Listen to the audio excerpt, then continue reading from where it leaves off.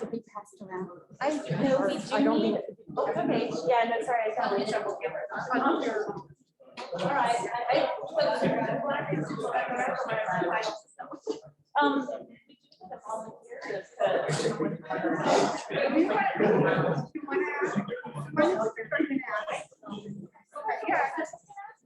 No. I just wanted to make sure you had. Yeah, that's fine. It's right up front too. Yeah, that's fine. I just wanted to make sure. Yeah, thanks.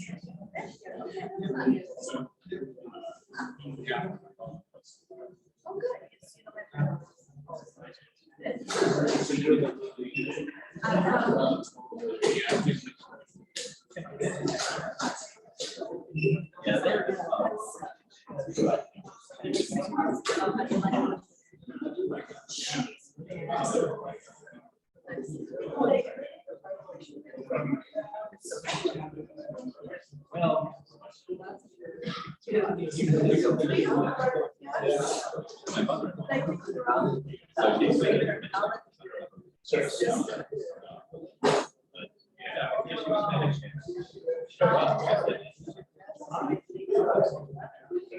Okay, my friends, the time is 9. It's 3 p.m. on Wednesday, February 23rd, 2022. And let's have this meeting come to order. As per our usual, please sign in via email. Indicate whether or not you are a senator or a guest on your email. You will hope to have the signage back shortly, but we are still observing measures. You will see that we are in a new venue once again until we find a place on campus to permanently hold our meetings. We pack up and move in and then pack up and move out like traveling schools of old. And as always, Dr. Noel wrangles available facilities into a magical meeting space for us each and every time. The demands of a hybrid meeting are essentially never ending. But we make it our mission to hear all voices and make make our meetings accessible so that we do hear all voices. I ask your patience and understanding, cooperation, and a runner to run the microphone. Any volunteers? I can say a few people were nominated. Awesome. Thank you, Professor Miles.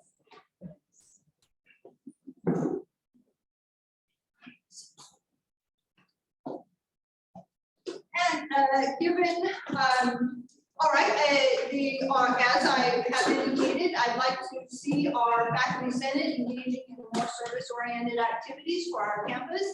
And as a first trial, or a trial first, I'm not sure, we are holding a spice drive or food drive for our LSU food pantry. So if you're not able to donate today, or anytime, that I do encourage you to donate at any time, and if I can be of any assistance, please let me know.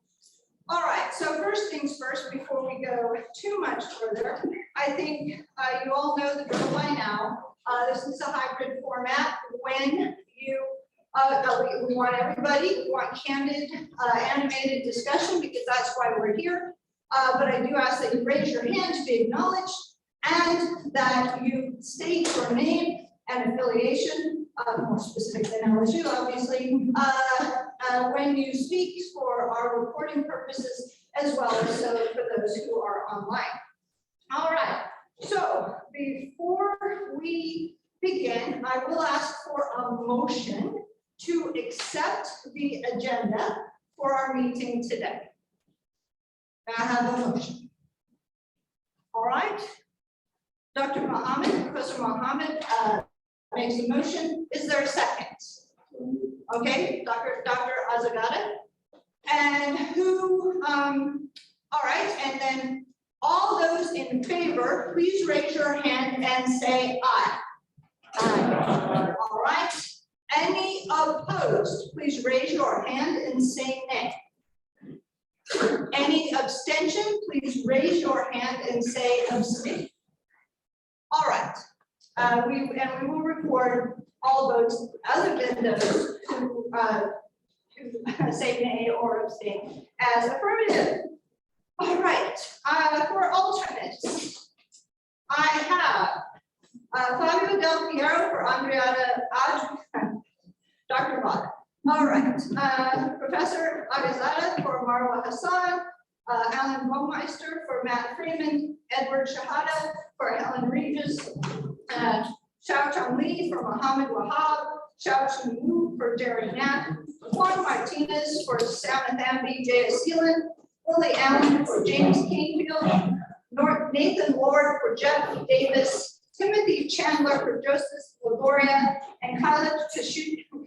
Oh my goodness, That's okay. I'm so sorry. That's okay. Kazanchet. Kazanchet for Ellen Sykes. I really do. It's okay. Okay. Are there any alternates that I have not called?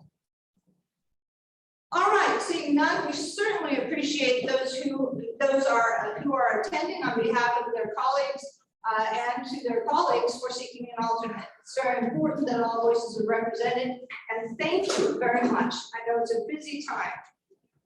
All right, next are the are we ready? Do we have any public comments registered? No public comments. Okay, we do not have any public comments. Next up, the consideration of the January 25 minutes that were distributed on Monday, I believe, for your review. Is there a motion to consider the minutes?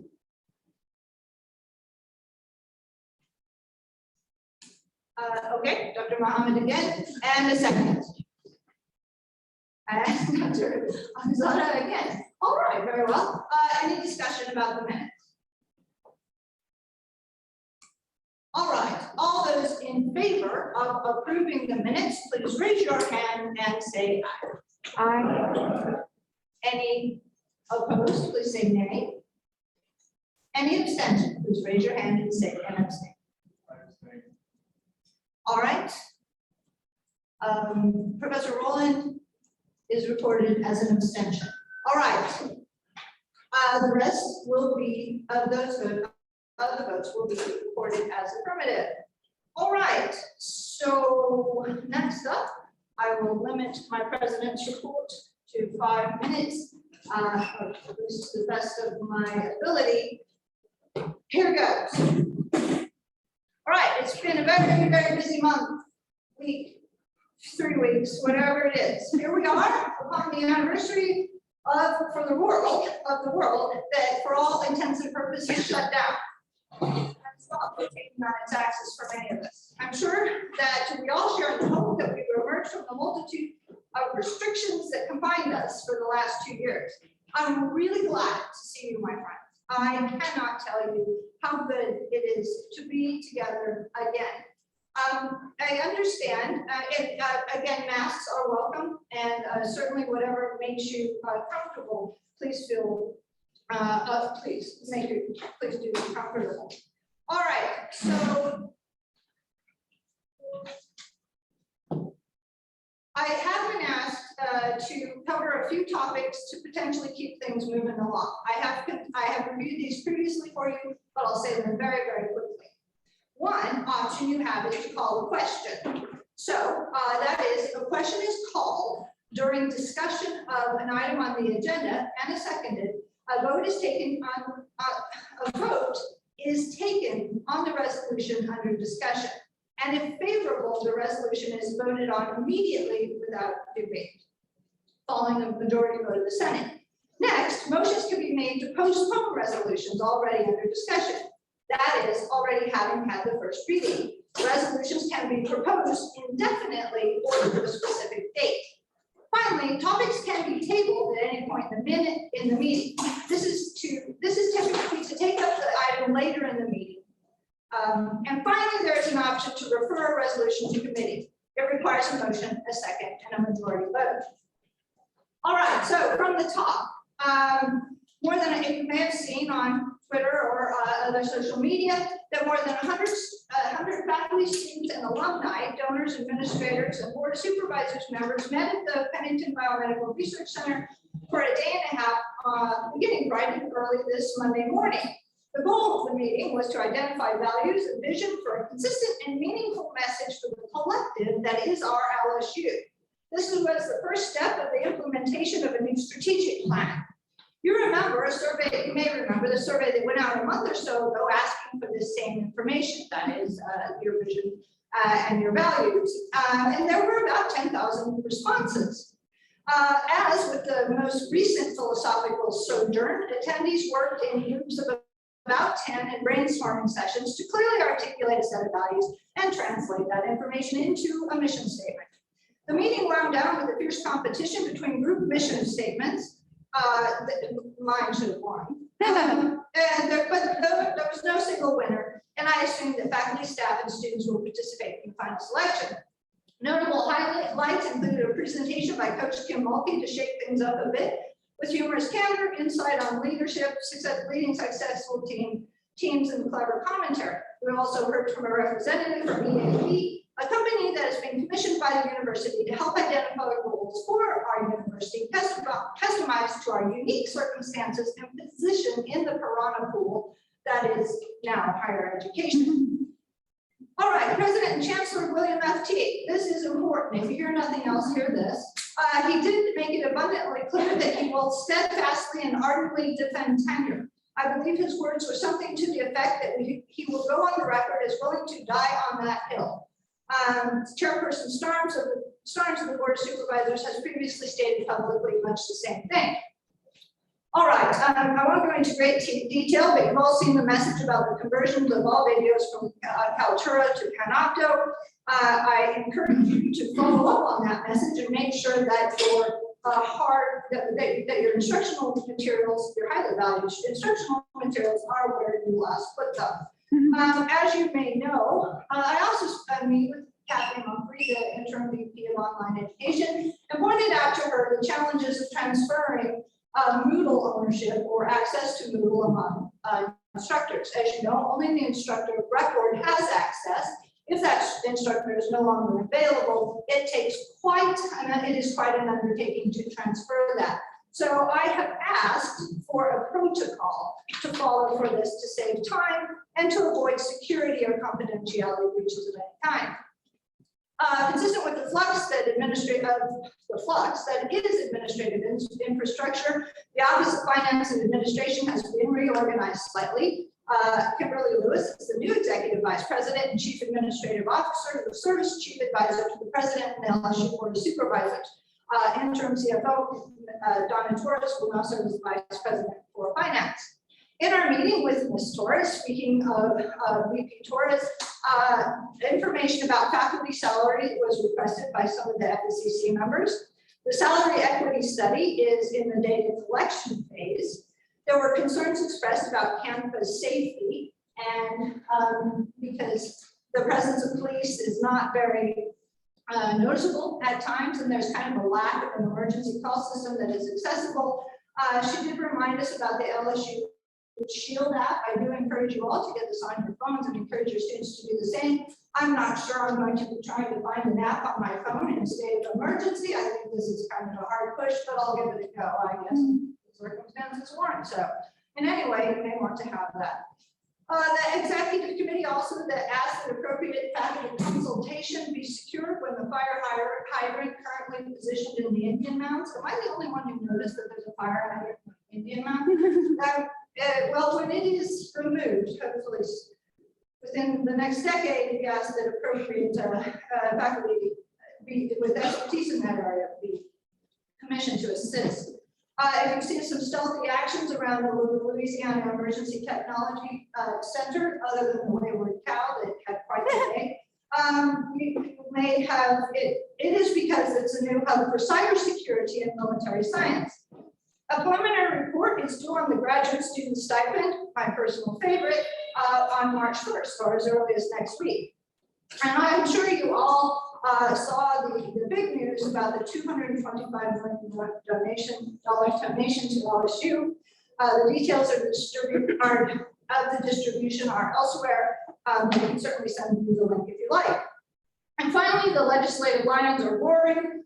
Once again, let's hope to get a much needed portion of that budget surplus. All right, budget problems with library collection through years of underfunding continue to be at the forefront of the FSCC agenda. With limited resources, the number of turnaways are unfathomable. For many of us, a turnaway equates to a mental maelstrom that occurs when you think you found the perfect manuscript to support your conclusion, hypothesis, or other life quest, only to have it decline because LSU does not have a subscription. Perhaps a bit of that legislative lion meal can find its way to our libraries. As I understand it, the provost is visiting Tennessee along with other high-ranking administrative officials to anything but stealthily gather tidbits and tangibles to align our LSU with our peers. Briefly from our meeting on February 9th, dual enrollment participants have surged from 2 to 7,000 and are on our track to reach 10,000 within the short, I assume within the near future. First to second year retention is about 83%, but it falls off precipitously after that. VP and Brandon Common is visiting with us today, and maybe he can fill in, give us a little insight on some of those items. We will hope to have VP Jose Aviles visit with us in the near future to discuss his view of the current state of student enrollment and plans to weather a rather precipitous decline in college-age population that limits. Okay, now the important stuff. As you recall, there was this significant discussion about our December 2021 minutes. To allow us to focus on the business of the Faculty Senate, we have secured approval to procure an outside transcription of the meeting by a professional vendor.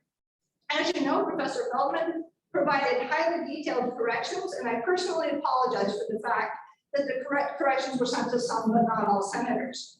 They were sent out again today. Now that we anticipate the transcript will be available for our March meeting, and we will send out both the transcript and Professor Feldman's corrections again prior to the next meeting. All right, so the plan is to use the transcript with any necessary and agreed upon corrections for that portion of the minutes currently in question. On the topic of resolution, we have had an inordinate number, unprecedented number of resolutions this year. And concerns have been raised by many faculty about the value of some of the proposed resolutions to the LSU faculty we represent. I remind you that you have the option to decide whether or not to consider a resolution. In my experience, the executive committee has never served as a gatekeeper to prevent faculty expression. In fact, we have acted as facilitators for those who came to us with ideas for resolution. After some candid and thoughtful discussion, the executive committee has settled on the following.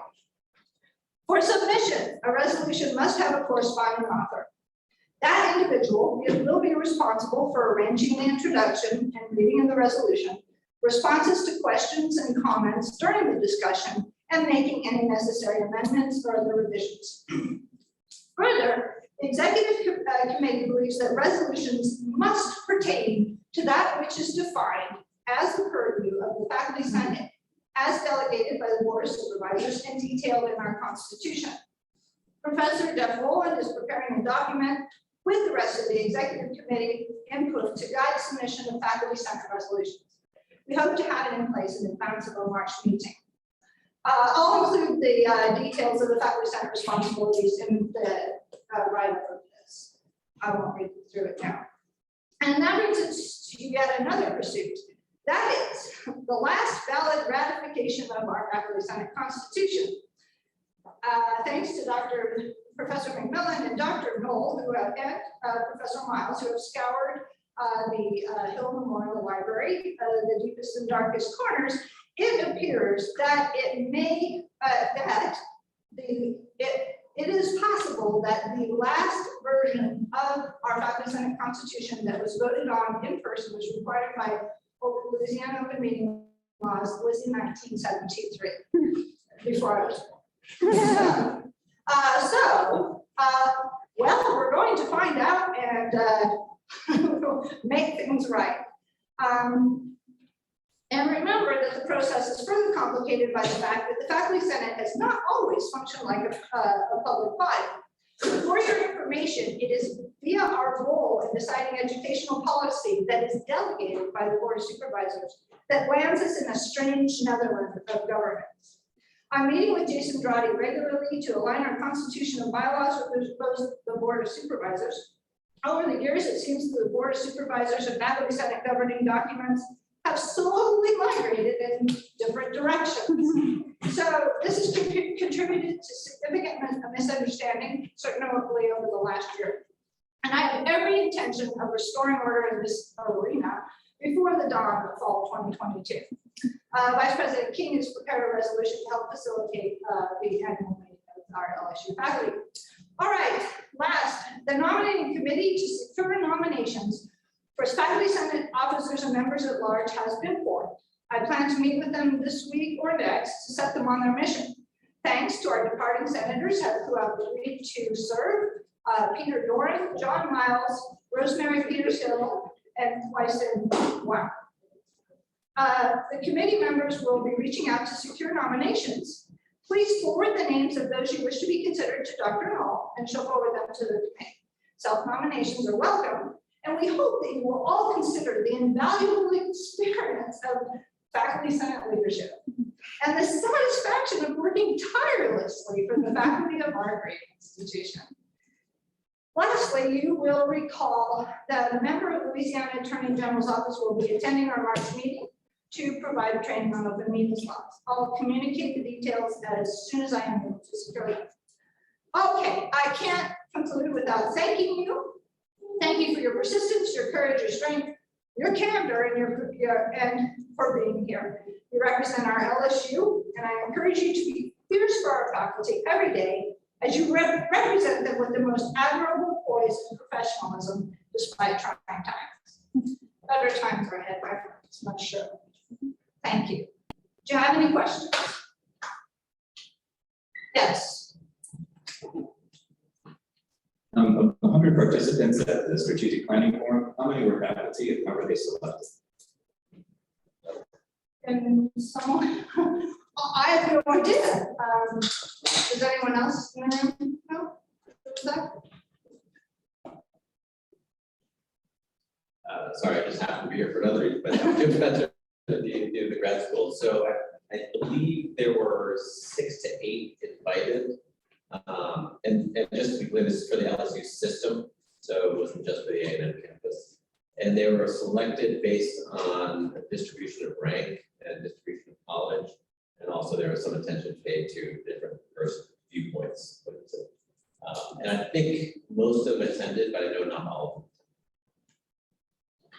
Any additional questions? All right. Yes. Oh, yes.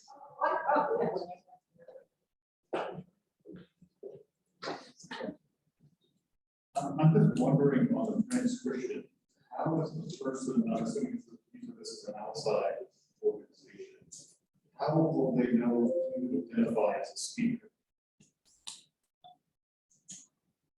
Do you want to? Okay. Yeah, I'll be working with them directly to make sure. And there's also a question from Dr. Daniels Rice on the online. Yes, Professor Daniels. Do you mind like just pointing it right at the speaker? Thank you, Professor. Yeah. Yes, please. I was going to ask if any speaker would please identify themselves by name. I'm looking at the transcript, at least, or in trying to hear. And also, whatever microphone the gentleman who just spoke used, it was muffled. I can hear the others, but that particular mic, it was just like someone speaking underwater. So just wanted to let y'all know that and to ask for that identification, please. Okay, yes, we will do our very best.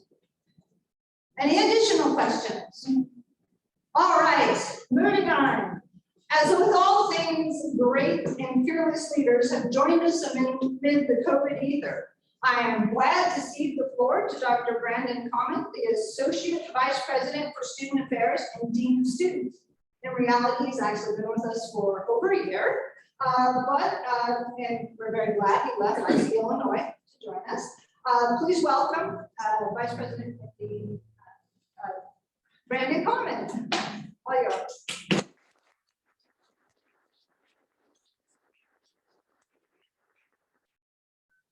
Good afternoon, how are you doing? Good. I'm so glad to be with you today. I know you have a busy schedule, so I'm not gonna take up too much of your time. I want to take an opportunity to tell you a little bit about myself and also what we're doing in the Division of Student Affairs.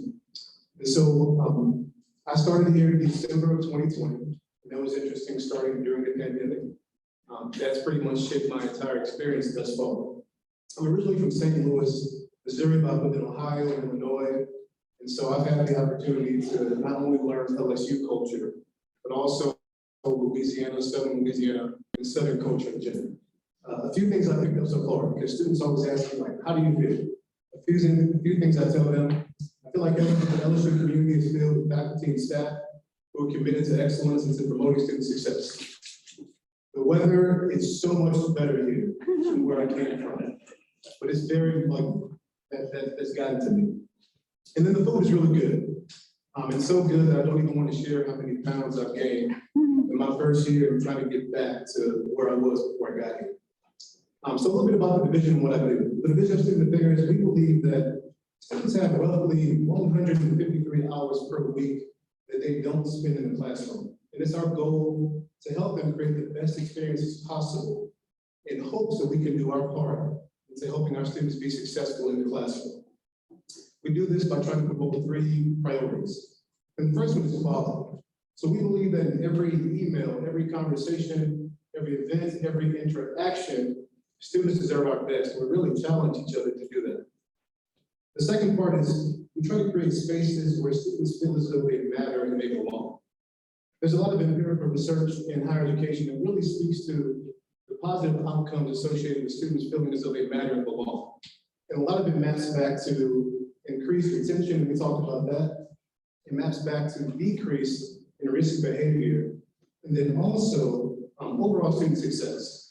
And then the third piece that we try to focus on is this idea of inclusion and access. So we try to make sure that our policies, our procedures, they're inclusive and they're accessible. Primarily, I work with 5 functional areas in trying to make this happen for the division. And those areas, when I say I work with, I supervise the people who oversee these areas. Most of them are directors. So campus life, student advocacy and accountability, Greek life, student government, and then our military and veteran student center. I want to take a moment to tell you about what I'm excited about. So I've been here for about 14 months.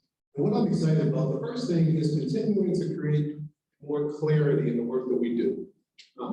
From my conversations with students, they have a lot of questions about process around, like, why do you do this? Why do you do that? So I want to continue to create more clarity in what we do. I'm excited about continuing to look at our policies, our practices, our procedures, in order to make sure that they best address our community and the needs of our students. And then I just look forward to meeting more students. Like I mentioned before, I've come during the pandemic, and that's kind of slowed my ability to get out, to be present, to be in programs, to be at events, just to be where students are. And so as we're starting to open back up, I look forward to really being able to immerse myself even more so in the student community, to be a resource for our student population. And so that's my quick spiel. I wanted to make sure that I gave you all the time for questions.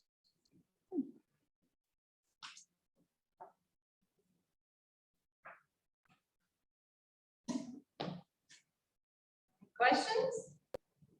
Thoughts? Yeah, thoughts, any feedback? Random musings?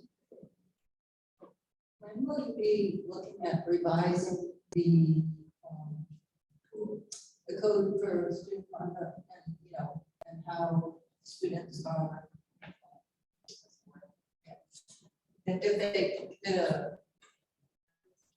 an issue against the code of conduct, their infraction, how are you going to revise them? Yes, so great question. It's my understanding that normally, and Dr. Lopez, again, thank you for allowing me to come here. You might know this answer as well. I think on average around, and I know Trey, we have you back there too, around every 2 years-ish, is when we go through a code of conduct revision process. I came in December of 2020 and we were wrapping up that process. It took a little bit of time to go through all the changes and to be implemented. And so I'm anticipating that toward the end of this calendar year, beginning of next calendar year, we'll undergo that conversation and think about starting that process up again. In regards to who's represented, we have faculty, we have students, we have graduates, so we have undergraduate students, we have graduate students, as well as administrators as well. So we try to get a good representation from the community because we understand that this document really does impact the entire community.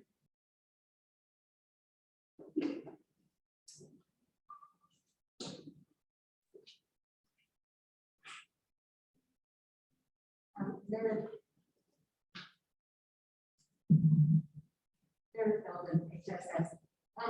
My understanding from my own students and talking to faculty and then reading the chronicle is that there's quite a crisis in terms of student mental health. I don't know if that falls under your purview, just that it's so, I was wondering what measures are being planned in this crisis. That's a great question. So a lot of the student mental health piece, the direct like services fall under the health center, which doesn't fall into my area, but we're here for students, and so it impacts us in different ways. So what's being done? We're constantly having conversations around how we can address student mental health related issues, because we know that it plays out in their academic experience, social experience, their retention, and also their behavior. And so what I can say is that I work across the Division of Student Affairs, and so I work with colleagues and students in our health center. And a lot of what we do, the preventative work really is centered around programmatic efforts and different workshops in which we can educate students around how to identify if their classmates are suffering from mental health related issues, how they can notice if they are suffering from mental health related issues, how they can gain access to the appropriate help. A lot of what I tell students or I talk about with students really deals with LSU Cares and making sure that they understand how they can access LSU Cares, how they can access student advocacy and accountability, which is also a resource for helping students to work through mental health related issues. And so I can say that it's a concerted effort. The Residents Life, they teach their RAs about issues involving mental health because our RAs are the first line when working with our freshman students on campus. I can say when it comes to fraternity sorority life, for example, they have workshops on an annual basis so that students who live in the fraternity house, just students in all the chapters on our campus, they are able to notice difference in behavior for their brothers or their sisters within their different organizations. So it's really a conversation that's happening everywhere within the Division of Student Affairs, and it needs to continue to happen. One thing I appreciate is that our student government, students are really taking the lead, and they're really challenging us and charging us to pay even more attention to mental health. And they're asking questions, and I really appreciate that because oftentimes their questions are better than ours, and they help us to come up with great solutions. Any additional questions? Thank you very much. Well, I'm curious to know what you think one of the greatest challenges that your office is facing now in terms of, well, I guess virtually anything. What, you've been here a year. What's one of your biggest challenges and how do you plan to overcome it? This goes back to the mental health related question that was just posed. This isolation. So COVID-19, it's been tough. Students, and we are all social beings. We want to be in spaces together.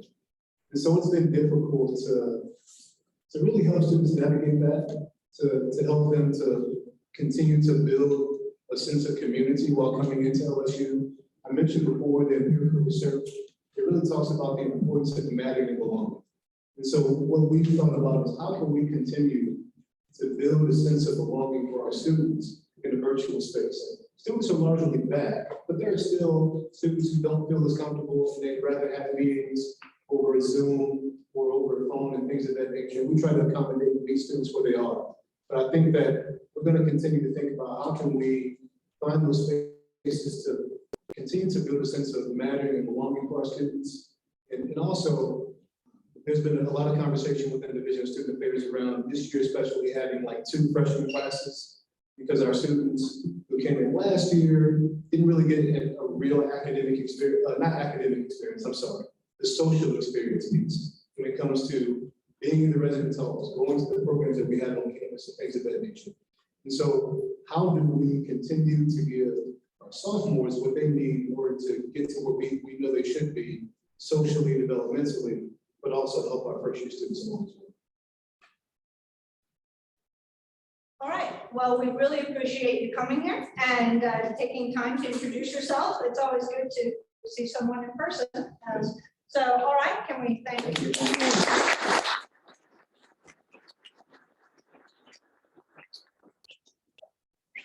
All right, we'll move on to the next item on our agenda, which is old business. The second reading of Resolution 21-02, faculty endorsement of the graduate student Bill of Rights, sponsored by Faculty Senator Daniel Talon.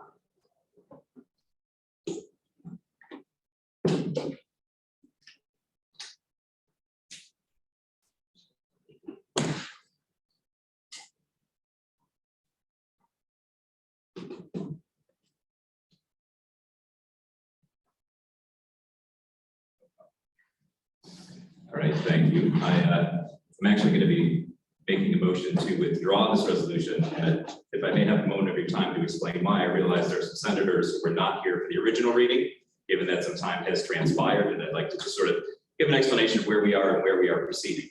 So the Graduate Students Association approached the Senate seeking endorsement of a Bill of Rights that they had passed through student government. The FSCC reached out to me as the president of the Graduate Student Association, was a political science student who I knew already. So I was kind of appointed point person to bring this to the Senate. After the first reading, we received some very constructive feedback, but critical feedback. So I went and worked with some faculty members on campus, both in and out of the Senate, worked with the graduate students. The direction was to revise this document and particularly incorporate more of the existing policy infrastructure into it. As we got to the second reading last December, obviously I made a motion to postpone as the graduate students were not quite ready. After that meeting, some senators reached out to me seeking to assist. I accepted gratefully their assistance. We had a very productive meeting, but that has given the graduate students yet another direction for revision. And so, some of which they were very grateful for, and some of which I'm sure they cursed me out a little bit. But I think all of it will ultimately end up being productive. So the consequence here is that what I anticipate will come forward will be very different than what you have seen. Also, the resolution as a consequence that I'm going to ask the Senate to consider when we reintroduce a substitute resolution will consequently be very different, and it seemed easier to introduce a substitute resolution than try and revise what we already had. So for that reason, I'm going to withdraw, but I wanted to indicate that this is ultimately a good thing, and it's not sort of waving the white flag and signaling defeat. There is a process going on, and it's just Rome wasn't built in a day, and policies don't come together overnight. So I would ask for your consideration for the withdrawal. Thank you. All right, after the first reading, the resolution becomes the property of the Senate. So in order to withdraw, there needs to be a motion to permit withdrawal of the resolution, a second, and a majority vote. So is there a motion to allow the withdrawal? He asked for the withdrawal, so he's Okay, making the he motion. counted as one. All right. Who's All the right, second? second. All right, multiple seconds. I see Professor Miles up front. For the record.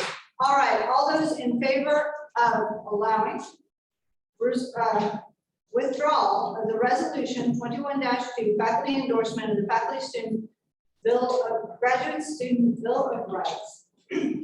Faculty endorsement of the graduate student bill of rights, please raise your hands and say aye. Aye. Are there any opposed? Raise your hand and say nay. I hear none. Any abstaining? Raise your hand and say abstain. All right, I see none. All votes will be counted, members present will be counted as affirmative. Next on the agenda, second reading, resolution 21-08.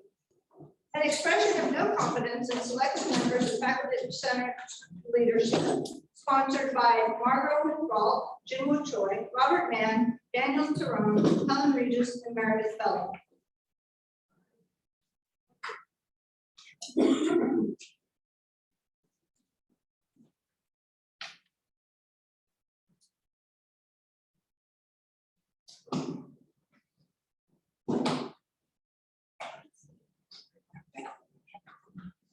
Like Professor Tucker, I'm going to make a motion to withdraw this resolution. I would like indulgence for just a minute to explain why. As senators know, this resolution has been on the faculty senate's agenda for months. My colleagues, my co-sponsors and I had hoped that we would have debated and voted on this resolution long ago. And as you know from reading the resolutions, our concerns are twofold about leadership and about policy process. However, there's now another resolution on our agenda, 2112, that proposes what we think are some sensible policy reforms to improve and streamline the Senate's functions. And that resolution would resolve many of our concerns over how the Senate conducts its business. While the serious leadership problems outlined in the resolution have not been resolved, my co-sponsors and I are also conscious that the Senate elections are coming in April, and we believe those elections are now the more appropriate forum to address those concerns. And so for that reason, and on behalf of my co-sponsors, I move to withdraw resolution 2108. All right, there is a motion on the floor to withdraw resolution 21-08. Is there a second?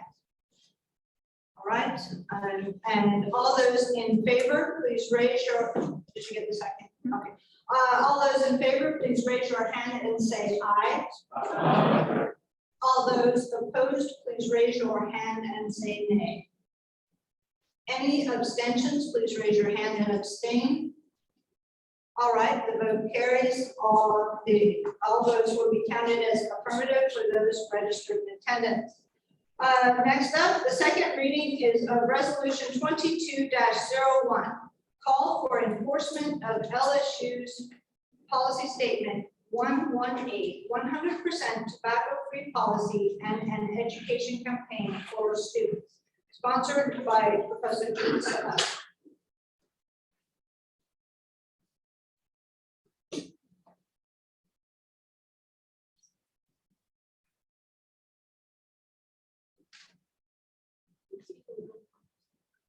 All right, I'm gonna do my best here. Thank you. All right, so you heard the title and my sponsorship, so I'm just going to move into this. Whereas state law RS 40:1291.23 required LSU to adopt a smoke-free policy, including additionally traditional smoke and vaping, and also authorized LSU to adopt a 100% tobacco-free policy, which is PS 118.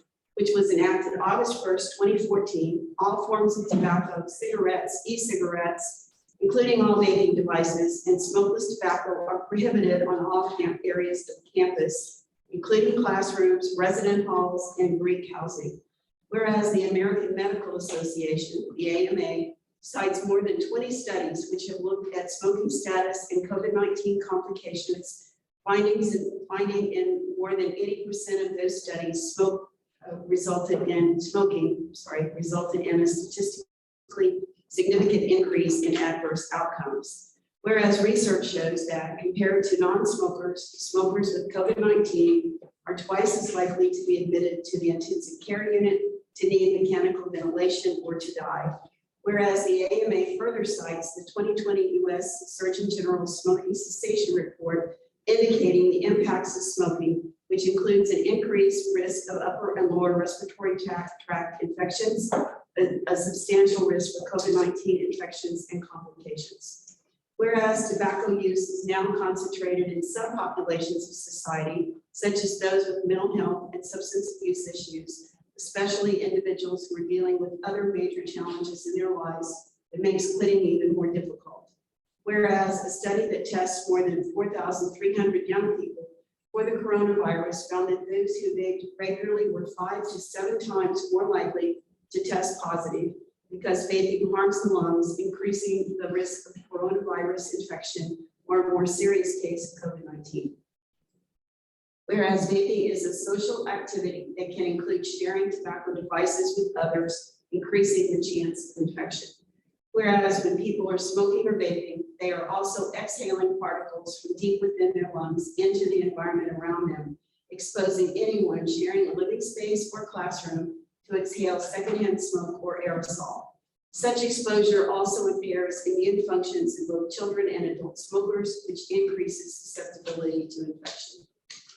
Whereas 31% of LSU students are regular or social tobacco users, and 39% live with or near a person who uses tobacco products. Whereas only 10% of all LSU students receive information about the health effects of vaping from freshman orientation, and less than 5% receive information from faculty members, while 51% have received information from social media that often promotes use. Whereas LSU has had personnel changes across the administration, deanships, and faculty and staff since 2014 that increases the lack of awareness of the 100% tobacco-free policy and the public health concerns that led to the law that requires that policy.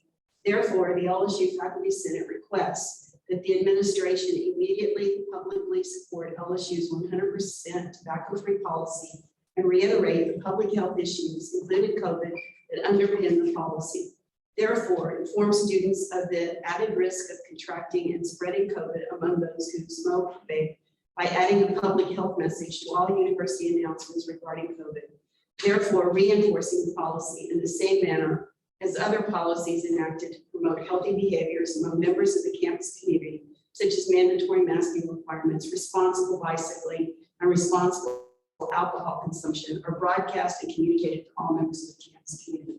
Therefore, special 100% tobacco-free campus messages should be distributed to faculty and students, reminding them that tobacco use is prohibited in classrooms, resident halls, and Greek housing, with special attention given to the regular vaping spots in the quad and other hot spots where members of the campus community ignore the 100% tobacco-free policy and the public health issues, now including COVID-19, the policy was developed to address. Therefore, we can further resolve that LSU reconstitute the LSU Smoking Tobacco Inhalants Vaping STIV committee for the sole purpose of developing the aforementioned educational materials, increasing signage and suggesting reoccurring messages from top administrators to support our 100% tobacco-free campus. And then I provide the sources for this. Thank you. Okay, this resolution, thank you, Professor Sylvester. All right, so this resolution is already entered into discussion. It has been significantly revised since the first reading. And so comments, suggestions?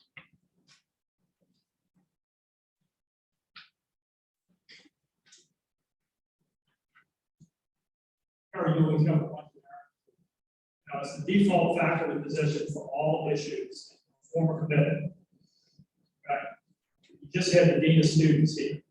I'm sure if you gave this information about what typically smoking and COVID and other extracurricular harms of smoking and vaping to the dean of students, he could just send it out as an email to the students, and that would be enough communication. It's not like the students haven't been told 1,000 times that smoking and vaping are bad for them. I'm sure they were told that in high school, even if they didn't get it at freshman orientation. So again, why do we need a committee to do this? Why do we need to continue to nag the students on an issue? They already know it's dangerous. They already know it's harmful for them. If they make a conscious decision that they want to smoke or they want to vape, it's really none of our business. And it's none of the university's business either. As long as they don't do it on the university rankings. So leave the students alone. All right, thank you, Senator Dooley. Additional? Could I just respond? Oh, yeah. We already have this committee. It just hasn't been, sorry. We already have this committee. It was formulated in 2019. It just has not been active or populated, as somebody told me. So it's just been ignored, but it was formed in 2019. Good, one last commitment. That probably needs to be about 10 to 15 less.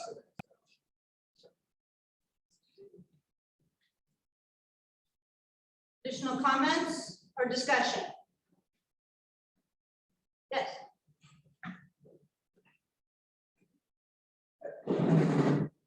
Kim, Madam Department of Mathematics, the therefore clause inform the students of circulating messages and so forth. Shouldn't the therefore make an agent who wish to do these things?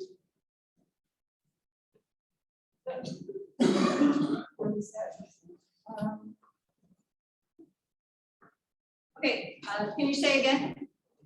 The third from the bottom, the third from the last, therefore? My comment was that the therefore is, one of the therefore says, therefore, inform students of the added risks of contracting and spreading COVID. Right, and then there's another one, therefore, special 100% developed campus messages should be distributed. What agent, what person, what office or so forth should do these things? I think that therefore should specify this. Got it, okay. Did you get that? Okay, so that will probably be student defense. I assume. Is that the reason? I mean, there's multiple ways. We have also this strategic communication. Again, the goal originally for this STIP committee was to have them developing this educational material. That involves student health center. It involves the PR function at LSU. I mean, anybody who's responsible for campus-wide communication would be involved with this. And yes, particularly the student life area thing should be involved with it. Especially where in regard to residence halls and problem areas on campus. Well, would it be simple to amend it to say the Office of Academic Affairs?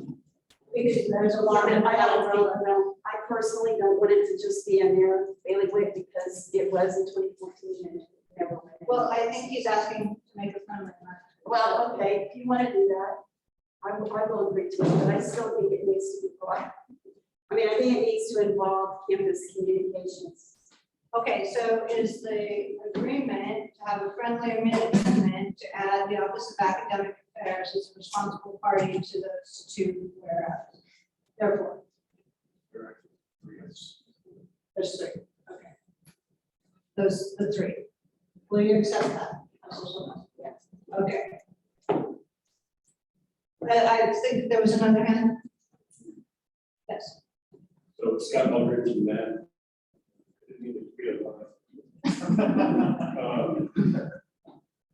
I just have a question. What do you mean by reinforce the policy? Therefore, reinforce the policy in the same manner.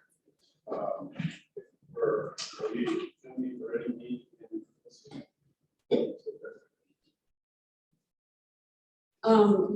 The idea was, again, communication. That's where I come down from all this. I'm from mass communication and PR and all that, and I feel like the message needs to be reinforced. We've never had a statement supporting this from any administration, any college president since 2014. And so consequently, it was never viewed as really an important policy, I think you could say. But other campuses, such as, for example, the University of Kentucky, you know, in the middle of tobacco country, their president actually had on their opening page his own video saying, we have this policy and it's important because it's a public health issue. And we just never reinforced the public health issue part of this. And we've never treated it like we do other policies that are enforced on this campus for public health reasons. So you mean, so reinforcement means some sort of communication? Yeah. I mean, were you here in 2014? So in 2014, we had a really broad campus-wide effort with the signage, whatever signage you see out about this happened in 2014, 2015. And then we did have at that point, it was student affairs that were kind of promoting it, talking about it. They made sure it was in student orientation, although I'm not sure it's still in student orientation, or at least students aren't hearing it. And we get that sort of thing. And I've been doing surveys on this campus for tobacco use for 22 years. And we were completely caught off guard by vaping. It was literally an epidemic, not just on this campus, but across the country. And there have been actual, public health issues. Before COVID, there was a disease called E. valley that was strictly related to vaping. And the CDC recognized that. So all I'm trying to do is get us to be back into the messaging point of this, to point out that, plus the law has changed and students now have to be 21 years of age to purchase it, which was not the case in 2014. So there actually are legal implications for this as well. Because when you say reinforcement, it sounds like you're, there's a enforcement. Well, I didn't want to You want to say, say instead, communicate with us? yeah, that's probably better. I would accept that. And by the way, Okay. All right, so what I've got is that therefore, on the second therefore, the OAA will inform students of the added risks of contracting and spreading COVID. The next one, the OAA will see to the communication of the policy. And then the next one down, therefore, special 100% tobacco-free campus messages should be distributed by OAA to faculty and students. And on the last one, I have therefore be it further resolved that the Office of OAA, Office of Academic Affairs reconstitute the LSU smoking tobacco STIF committee. All right, were there any others? Yes. yeah, they're cool. So I'm wondering, Stella, what, if you change reinforce as it's written now to reinforce REI and ORC, would that address your question? Just right, because the way it's written now, it looks like, enforce the policy, like, punish people for violating it. But if you reinforce it as I said within it. Oh, reinforce, yes, right, yes, provide additional support behind this, right? So I wonder if it's just not a citation. But actually, that's been removed in the current friendly amendment. Therefore, OAA will see to communication of the policy. There's no reason, there's no enforcement. Yeah, I can't love it. So, but yeah, I seem to me that this is what you were getting at. I thought this was really nice. Okay. Professor Shinasta, do you exactly in that? I do. All right, we'll consider that as friendly amendment. Additional discussion? I can't help myself. I'm getting into the weeds, so to speak. And I commend you for this. We always want to think of people's health. Lily Allen, social work. Yeah. So a lot of our students and our faculty and ourselves use many things to make us feel better. CBD isn't noted in here. I don't want it noted in here, but a lot of people smoke CBD, which is non-tobacco, non-nicotine. Where do we stand on that? Because I actually sat on this committee and I struggled with some things, so I commend the spirit. So a lot of students are using CBD for anxiety, for the depression, so I don't know. It's a really hard thing to navigate, especially when we have 100,000 people on our, campus smoking and peeing and drinking and doing all kinds of things. And I'd rather have somebody not spit. So anyway. Okay. That's it. Was that just a comment? So it does, I don't want to infuse CBD as a smoking, but it's there. I mean, you can vape CBD, right? So, or maybe on this, We've had this discussion. I know I The remember. IRB actually let me ask students this last fall in my survey, how many of them were using the CBC and whether they were using it alone or in connection with tobacco. Okay. So I actually have some statistics about that. But the difference is that CBD can be, whatever, Right. can be legal if they have a medicinal reason to use it. Correct. And so it's different than tobacco, where there's no medicinal reason, in fact, quite the opposite, to use any tobacco product. But it, you know, and I think that's gonna, I honestly think that's gonna be our next issue. Okay, so leave it But alone. it's not part of this. Gotcha, perfect. All right, are there any additional, so I've read the friendly amendments to have for accountability held in the Office of Academic Affairs. Are there any other, is there any other discussion, questions, or requests for amendments?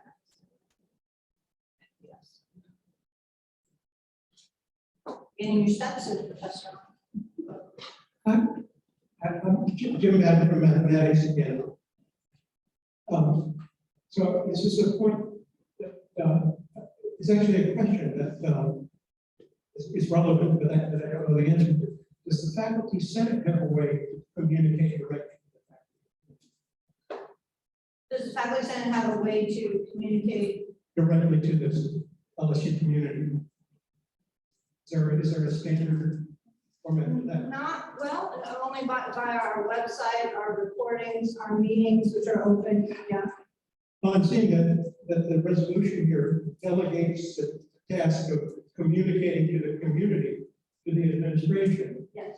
Why doesn't this, and my question is there a way that the Senate could communicate directly to the community? Why do we need to go through the administration? This will get to the administration eventually. Well, we'll certainly include this resolution and any of the materials developed as a result of it on our website. I see no limitations to that. It's a good suggestion. All right, additional discussion, comments? All right. Well, I think we'll put it to a vote.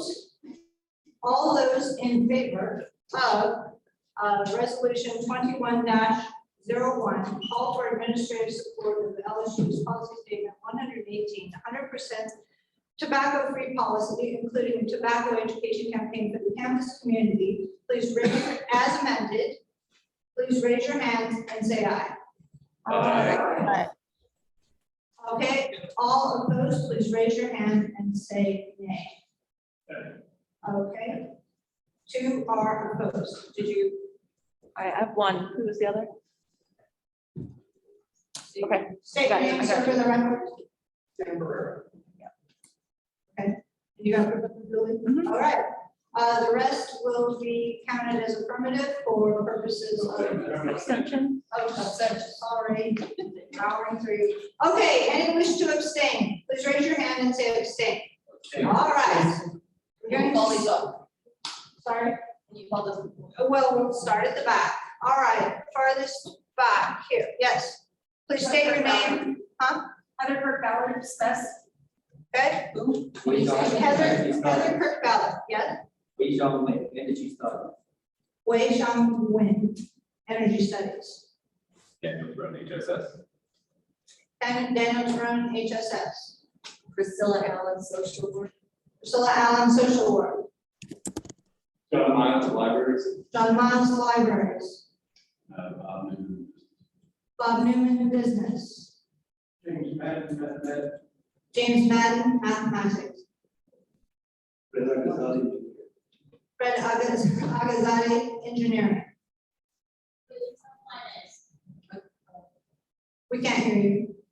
Waiting song, finance. Wailing some finance. Any others? I missed one. Yes? Sarah Rosker, HSS.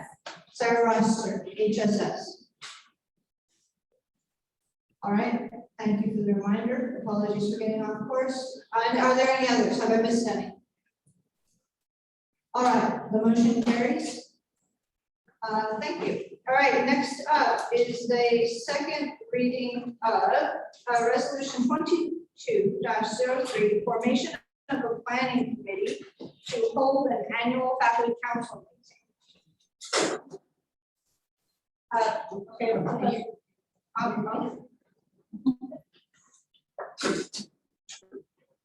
We don't need it. Okay, are you going to answer the question? Okay. All right, Professor King's asked me to read it. So, all right, it's already been an interview. You want to provide the introduction, Professor King? All right. Whereas faculty council voted in favor of forming a faculty senate and to adopt the constitution of the faculty senate, which was adopted March 1, 1973. Whereas in May 14, 1973, the Board of Supervisors approved the formation of a faculty senate. Whereas the 2005 Faculty Senate Constitution, Article 1, Nature and Function, Section 2 states, the Faculty Senate shall possess all of the powers conferred upon the Faculty Council by regulations of the Board of Supervisors or otherwise, and shall exercise such powers in a manner consistent with the duties of the Faculty Council to establish curriculum, fix standards of instruction, determine requirements for degrees, and generally determine educational policy for the university, subject to the authority of the LSU Board of Supervisors. Such power shall be exercised by the Senate at any and all times when the council is not in session. The Senate shall represent the council in all matters and shall be deemed to voice the policies, opinions, and sentiments of the council on any matter within its jurisdiction. Close quotes, apologies for not, the open quotes with the Faculty Senate shall possess. All right, whereas the 2005 Faculty Senate Constitution, Article 1, Nature and Function, Section 6 states that the Senate shall present a report of its activities and actions to the council at each regular meeting of the council and at such other times or times as the council shall by resolution provide. Whereas the faculty must have input into setting the agenda and for determining the timing of the faculty council meetings. Whereas the 2005 Faculty Senate Constitution, Article 1, Nature and Function, Section 7 states that, quote, at any meeting of the faculty council for which the item is on the agenda distributed prior to the meeting, the council may, by vote of a majority of those present and voting, review, modify, overrule, or otherwise deal with any action taken by the faculty senate. Upon the written request of 50 members or 10% of the faculty council, whichever is the smaller number, final action in the Senate shall be submitted to the council for review. Upon written request of a majority of the Senate, any pending matter may be referred to the faculty council for final action. Close quotes. Whereas the Board of Supervisors regulations, Article 1, Section 2 states, quote, each faculty or faculty council shall meet at least once each academic year. It can be convened on the written request of 50 members or 20% of the membership, whichever is the smaller number. A council quorum may not be less than 25% of the membership. Close quotes. Whereas 2005 Faculty Senate Constitution, Article 7 amendments states that, quote, amendments to this constitution may be proposed by the faculty senate or by any member of the faculty council, close quote. And quote, amendments to the constitution, subquote, amendments to this constitution shall become effective upon adoption by the faculty council by 2/3 vote of the members of the faculty council present and comprising a quorum. Amendments may also become effective upon adoption by mail ballot, in which 25% of the faculty council responds and 2/3 of those responding approve. Close quotes. Whereas faculty senate voted on October 29, 2020 to adopt changes to the faculty senate constitution, which have yet to be approved by the faculty as a whole. Whereas the last known vote on changes in the faculty senate constitution by the faculty council was in February 2004, with the resulting vote being 619 yes and 23 no, as reported by email by Caruth Mikuki on March 1, 2004. Therefore, be it resolved that a mail ballot be sent as soon as feasible to all faculty members requesting their vote on the October 29, 2020 changes to the faculty senate constitution. Therefore, be it further resolved that the faculty senate form the faculty council planning committee, whose mission and duties would be the following as discussed and proposed by all faculty senate executive committee members. Quote, the mission of the faculty senate council planning committee is to ensure that there is an annual faculty council meeting. Close quote. Next quote, the committee will be responsible for preparing an agenda in cooperation with the faculty senate executive committee and input from any faculty member and for developing plans for when the meeting will be held and coordinating logistics for the location of the meeting and how it will be conducted in cooperation with the president's or their designee's office and the faculty senate executive committee. Close quote. This has already been entered into discussion So, yes. Information, how do we know the point of information? This is Thomas Outlet of Environmental Sciences. And how do we know the universe of people that are in the faculty council, how many people there are, and for the determining that for? Faculty council on our campus is all faculty ranks. From instructor. From instructor up. And the president of the university, who is also technically our chancellor, is the head of our faculty council. That's why the board of supervisor says that they have to call, they can call the meeting if they want to. And they run the meeting usually. I think he's asking, how do we know how many? But we have, I know the answer to that. yeah, we have a directory information. I think we've done this as well. Okay, yes. Can I ask a quick follow-up? So going back to the 1973 changes, is the faculty council inclusive of the entire LSU system or just ours? So when was that Each changed? campus has their own faculty council.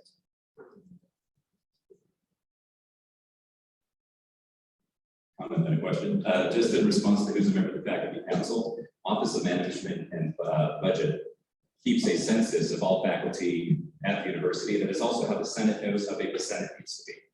So the Senate is based on 25 faculty get one representative, and that's communicated to the FSCC, and then that number is used to determine allocations of Senate seats. So OMB has that data, and it's all full-time faculty at the level of instructor and above constitute the faculty council of that campus. So they have the data, and I think they issue an update every spring. It is how that's maintained. And as one of the faculty who worked with the administration last year to get the faculty council meeting going, I just had a question about the proposal for a mail ballot, because if I recall correctly, it was the determination of the general counsel's office, the faculty council is a public body, and the Louisiana legislative auditor has interpreted the AG's opinion that viva voce for public bodies require in-person votes, and electronic voting is not permissible unless you are all present and the electronic device displays the vote of the voter. So it would seem that the proposed mail ballot, though permissible under the Senate Constitution, is impermissible under open meetings laws. And I was wondering if the general counsel representative could weigh in on that.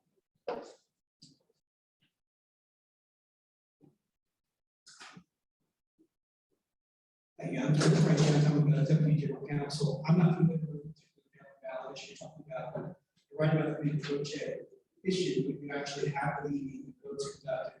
And that's why the current format is being used.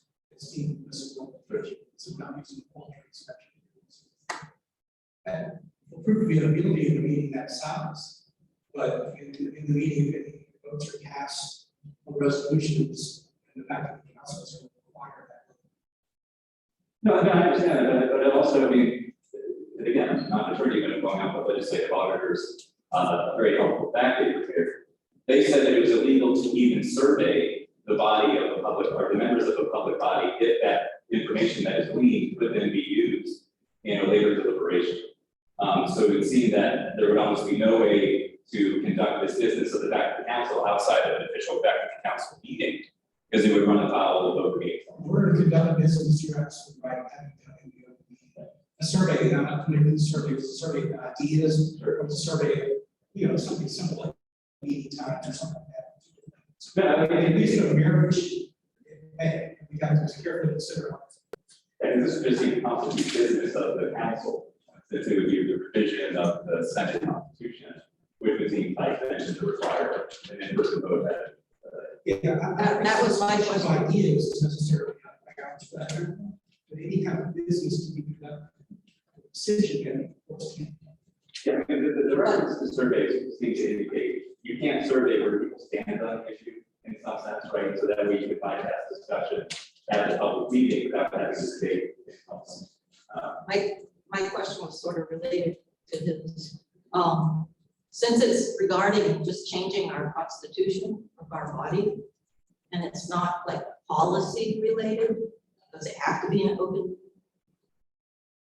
Well, the constitutional will dictate on how it's amended, so I don't. But I guess the two issues we're breaking down are solicitation of ideas or concepts, proposed changes, sort of like a candidate or current elected officer pursuing grad with surveys saying what are issues of report with you. That's not offensive, but reaching a level of deliberation, reaching a level of dispositive action. When it comes to the actual amendment of the Constitution, we'll have to visit without that, or look at it and decide how that's addressed. More than likely, it will need to be conducted. And it has been, this is the problem, because the last two revisions have been approved via mail ballot. That's why we may have, if, depending on these discussions, this is, as I indicated in my president's report, that's why we may have to go back to circa 1973. But either If way, that's found. we can do it either way that we have to. Yeah, we'll do it how. We'll do whatever we need to. Okay, there were additional questions.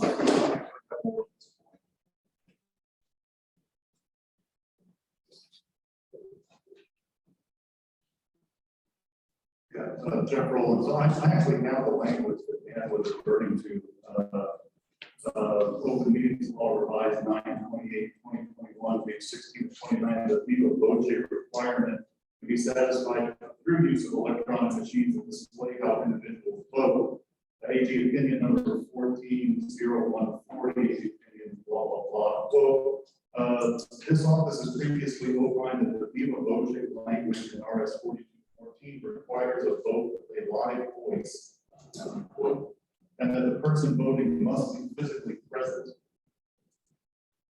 See AG opinion, blah, blah, blah, and AG opinion, blah, blah, blah. Thus, the members of the public body cannot validly authorize an action be a written vote. I'm assuming that what Walter states that by email would count. But certain people are physically present at the meeting, even if done unanimously. So, I mean, I think that this is what Dan was talking about with, with the open meeting stuff, that the legal vote that is interpreted by the AG's office require physical presence, and that the email ballot or mail ballot under discussion, people would not be physically present. That's why. Yeah, it's truly a ballot. I would agree with that. It's really the solicitation of ideas. I haven't seen what you require, does require physical presence for the exceptions of ADA or the restrictions that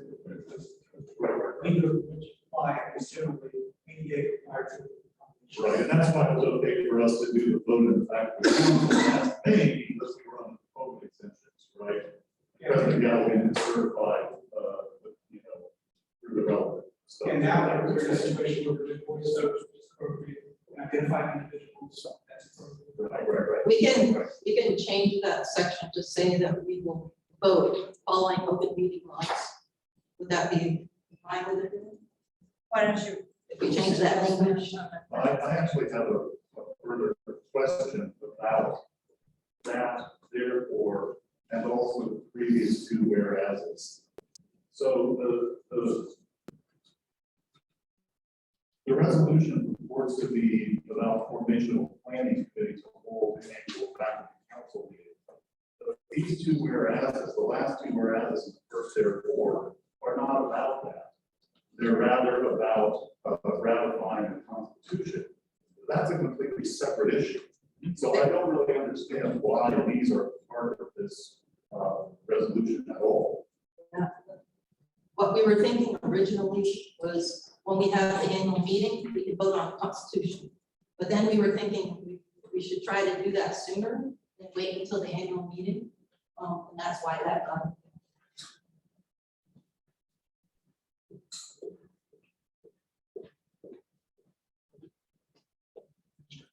I have Bob Manning-Gascon. I have just a similar concern question, but to echo what Jeff Rowland just said. If we're going to vote today on asking the faculty council to ratify a constitution that I've not seen, and I think a lot of other people in this room have not seen, I think it seems to me there ought to be a separate step in this process. I think we ought to. We're not voting to ratify a Well, Constitution. that's what this, if I'm not, this resolution is saying we're going to submit a constitution that was adopted by this body in 2020 to the faculty council. And if it Or review for like 30 days before it gets I voted. know, but you're asking us to vote on that today. And I'm not prepared to vote on Not a asking you to document that I'm not seeing. At all on the Constitution today. That That's was in the- done out of that's in the- faculty. Am I mistaken that that's in the resolution? Am I reading that right? Yeah, therefore be it resolved that a mail ballot shall be sent as soon as feasible to all faculty members Yeah. requesting their vote on the October 29, 2020 changes to the faculty senate constitution. So this is asking for a positive vote. It's asking for On a the December mail 20th. ballot to be sent. on It's October. not saying all senators vote right now. But I don't think we can, I suggest, if I can make a friendly suggestion, that we, because the problem is that we don't know which of the last constitutions was legitimately ratified. We don't know yet, but it appears to be 1973. So it was by, yeah. So we have to confirm which is the actual constitution. So I would suggest a friendly amendment to strike that. We can strike that and then figure out how to vote at the faculty council meeting. Well, I would suggest that we also strike those two whereas. Yes, we can do that. That makes sense. I accept the friendly amendment. Okay. So the key thing really is to assure that we have our annual faculty council meeting as required by the Board of Supervisors. So we thought it would make sense for the faculty senate to have a role in that. And so that's what this resolution is trying to make sure happens, because I don't feel that it will happen if faculty are not involved in.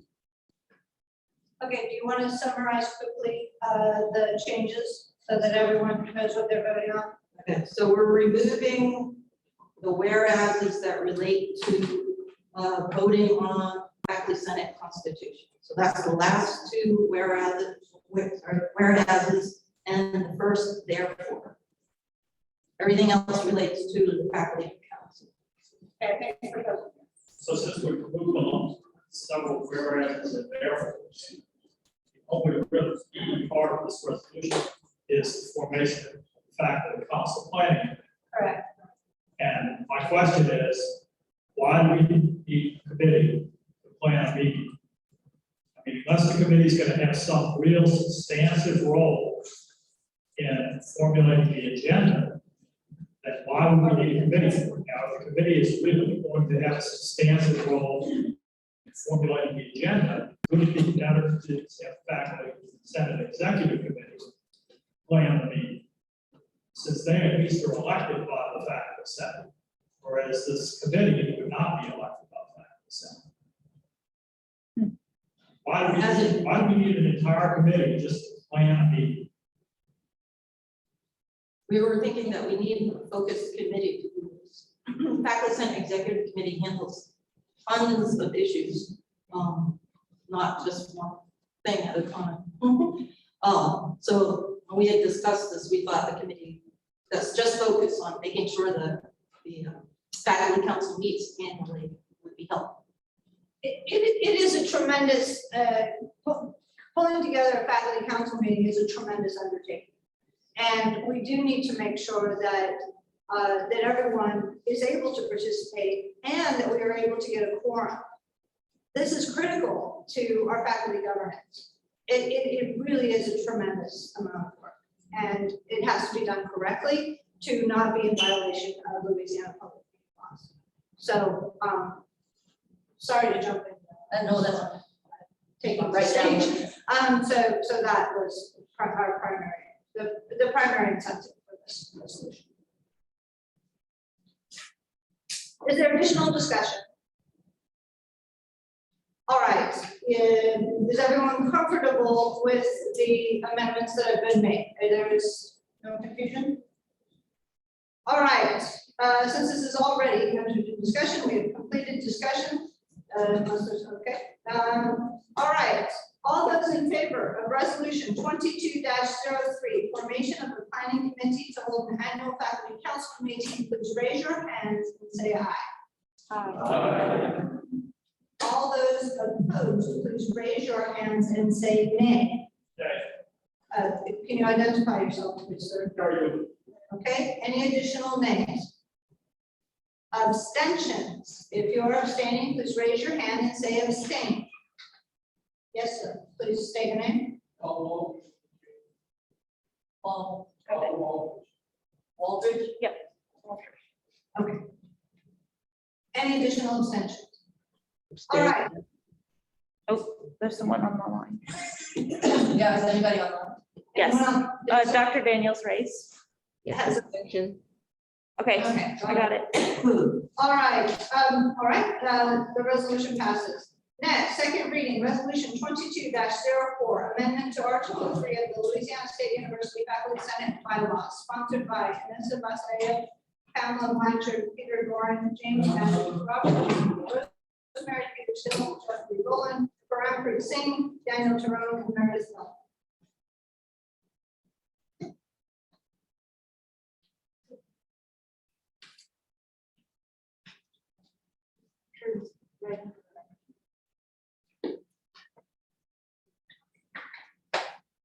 Hello, everyone.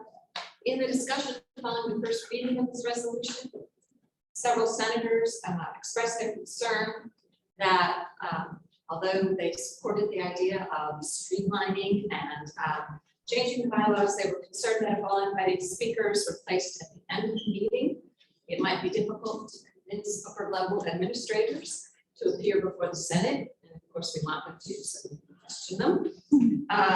So we have made a slight change to the to what was presented last month. I would also like to say that all the sponsors see this resolution as in many ways pairing with resolution 2112, which will be coming up again about streamlining our policies, procedures, and making them more effective.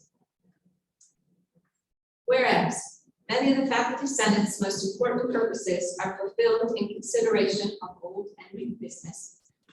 And whereas the current order of business for faculty senate meetings places consideration of business as the last two items on the agenda.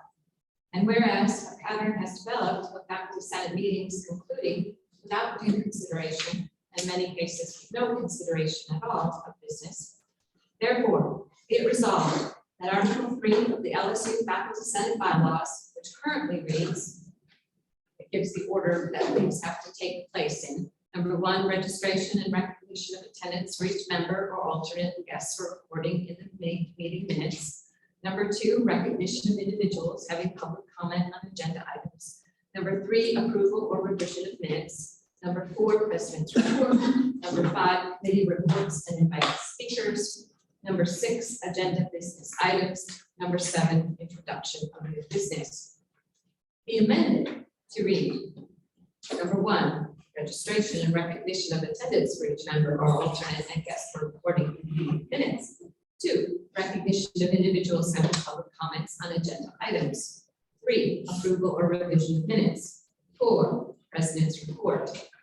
5, here's the change. Upper administrators report and question time if applicable. 6, old business. 7, new business. 8, committee reports and invited speakers. All right, this is already entered into discussion. This is already entered into discussion. So comments, thoughts? I have a friendly amendment. You gotta tell us before.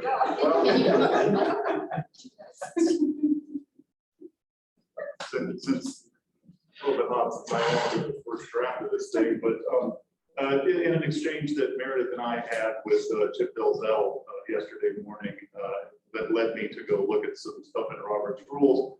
I found that it's a recommendation in Robert's rules to not use the expression old business. There's a footnote on the whatever that tells you why, but it made sense to me. They recommend rather that you use the expression unfinished business. And so I'm going to suggest that we replace old in the new order of business with unfinished, just because I found the reasons that they gave compelling. Well, I think you just have to ask. You guys okay with it? I'm okay. If we're gonna change it, why not make it better? Everybody If we're doing it the right way. Okay, any further suggestions, comments, or discussion? Yes, So we still, Professor Nimmer from business. so if we have an invited speaker or speakers, we're gonna ask them to sit through one of these kind of meetings before they get to talk. Is that what we're suggesting? Because I find these meetings, but I'm a faculty center. I can't imagine inviting a speaker wanting to sit through. No, I would assume in that case, we would actually invite them to come at 4:30, 4:45. There's no reason they would come at 3 o'clock. Because we know that they're not going to be on the agenda until 4:30, 4:45. The reason we added number 5, upper administrators report question time, was because people raised the concern that people like, say, President Tate might say, well, I'm not doing that. So, we did, we're giving in a sense, some wiggle room for the agenda setters so that, like the dean of students, they would be in the usual slot, whereas invited speakers, say the young woman who talked about the STAR program, they would come at 4:30 or 5 to do their presentation.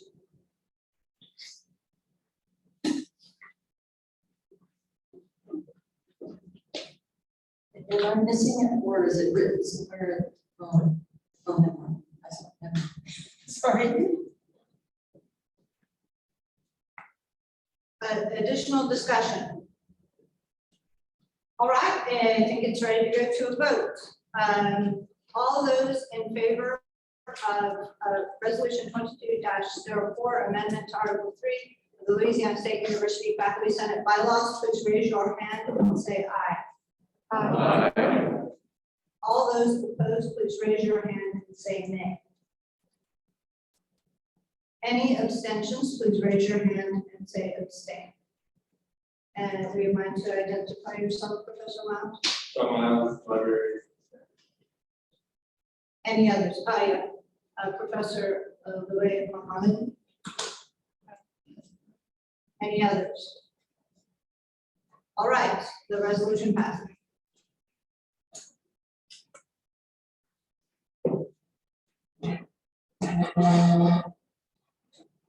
Next up, new business. All right, first reading, resolution 21-12, an expression of no confidence in faculty senate practices, recommendations for reform. Sponsored by Vanessa Basayo, Margaret Brault, Jim Choi, Robert Mann, Helen Regis, Jeffrey Mullen, Daniel Tyrone, and Meredith Dunn.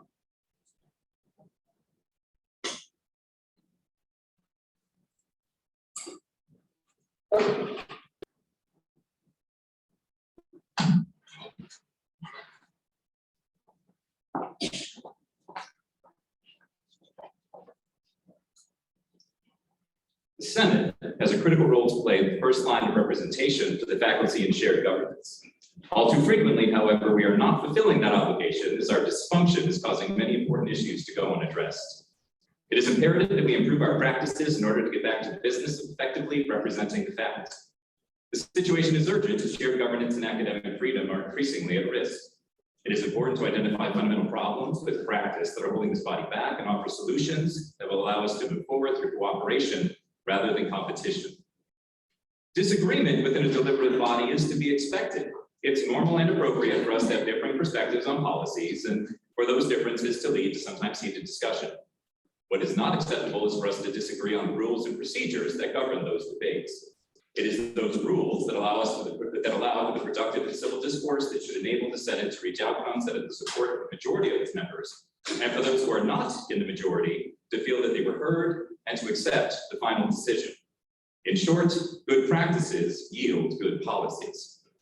Unfortunately, our practices are all too often irregular and lead to disruption and delay rather than movement forward. For that reason, we have in the following resolution endeavored to identify some of the Senate's most pressing procedural problems and propose a series of reforms that should move us closer to where we need and want to be. We hope that as a group, we can temporarily set aside any policy differences we may have in order to do the necessary work of improving this body's practices, so that as we turn our attention to pressing questions of policy and principle in the future, we do so standing upon a much stronger foundation. Therefore, I move that the following resolution be adopted. Whereas attempts underway across the United States to abolish tenure, limit faculty's right to freedom of speech, and eradicate the principles and practices of shared university governance, highlight the importance of the LSU Faculty Senate serving as a strong and effective advocate for faculty interests and concerns. And whereas a series of formal and informal changes made over the last several years to the policies and practices of the Faculty Senate have centralized decision-making and diminished faculty representation, allowing for the exercise of authority without accountability. And whereas some members of the Faculty Senate Executive Committee itself were excluded from communications regarding proposed changes to the LSU Board of Supervisors regulations that would have fundamentally altered shared governance at the university, and this information additionally was kept from members of the Faculty Senate and Council, even though it was clear that the actions of the Board of Supervisors were likely undertaken as retaliation against the faculty for its activism in assuring COVID planning during the summer of 2021.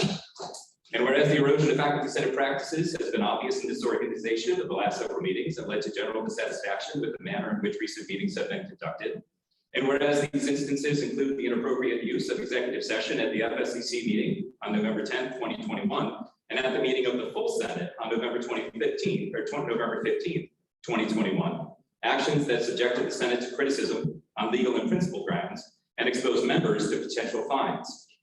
And whereas an anonymous resolution 2111 was added to the agenda for the Senate meeting on November 15th, 2021, in violation of the requirements described in the Senate's Constitution and bylaws, therefore be it resolved that the LSU Faculty Senate calls for the creation of an ad hoc committee composed of 5 senators to be elected by their peers to review current Senate Constitution and bylaws, policies and practices, and to present a series of recommendations for revisions and improvements to the Senate no later than its March meeting.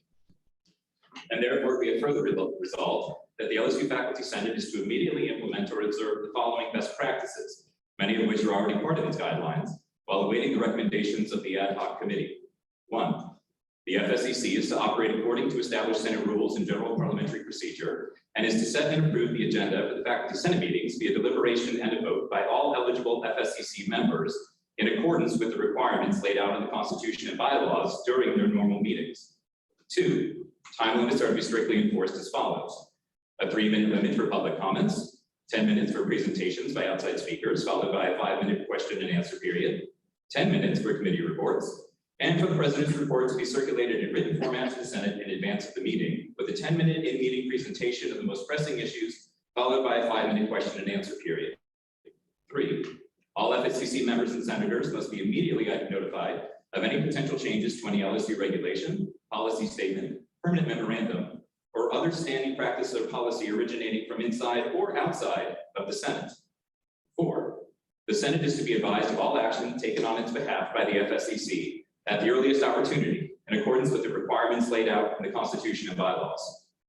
Therefore, be it further resolved that the LSU Faculty Senate also directs the FSCC to undertake the following actions. 1, investigate the possibility of retaining outside counsel to assist in the conduct of meetings, determining permissible meeting formats, including the use of remote participation technologies, and for consultation on legal matters which may arise as part of Senate business, and to present their findings to the Senate at its February meeting. 2, identify and adopt an easily accessible method of conducting votes that is compliant with ADA requirements and all other applicable laws. Therefore, be it further resolved that the LSU Faculty Senate does not allow for resolutions to be sponsored anonymously, and therefore be it further resolved that the LSU Faculty Senate rejects any efforts to constrain faculty voices or academic freedom in any way, and supports the right of faculty to participate in shared governance and advocate for their interests via all legal channels. All right, is there a motion to move this resolution into discussion? Okay, I have a motion and a second. All right, open for discussion. Professor Newman? Personally, I'm sympathetic to some of the changes that are requested here. What bothers me is that you could have done this in a confrontational way by just proposing these changes and not call it an expression of confidence in practice and practice. That's to me, that's not appropriate. Make your proposed changes that we will enact, or they will follow without making this normative judgment without no comments. To me, they're two separate items. If you want these changes, propose them in a non-confrontational, non-normative way, get on. I'm opposed to the title of this resolution. Point taken. Thank you.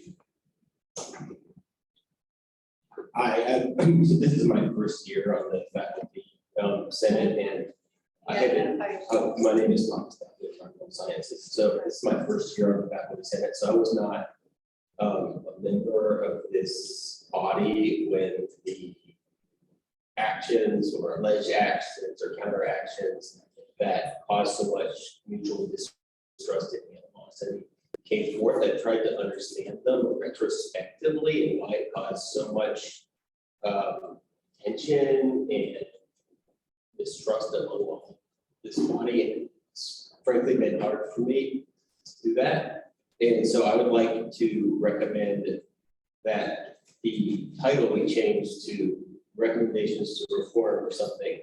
Whereas, and as the second, third, fourth, fifth, sixth, I guess second through sixth, whereas be removed.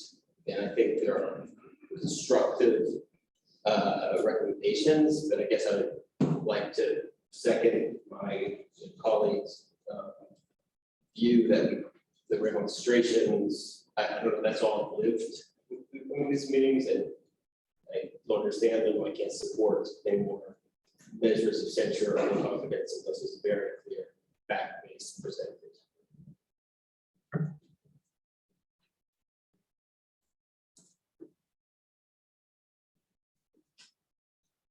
Hi, Honorable Roberts from Music and Dramatic Arts. It just seems like maybe you could adjust the timelines because some of them have already expired. Yeah, no, certainly we're open to a friendly amendment on what we think would be a reasonable timeline for some of these. I mean, originally this was on the agenda for December, and so it seemed like elections by February and then a presentation by March was feasible. We leave it up to the Senate in terms of its best judgment, in terms of what it thinks if it's appropriate to proceed on this path, what the appropriate timeline would be, whether that's to carry this committee over the summer to allow for recommendations to be presented in the fall. But we would be certainly open to any and all feedback, including the friendly amendments on the title, but also with regard to the timing. So Scott Lover. I too, first year, I guess I would say, and I would also. The 2 through 6. Oh, thank you. Sorry. You may have to start. Oh, my name is Scott Lover, and so first, in my first year here, I can support the whereas it's 2 through 6.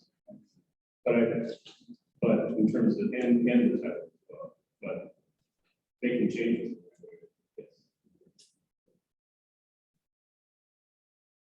Yes. Oh, yeah. All right.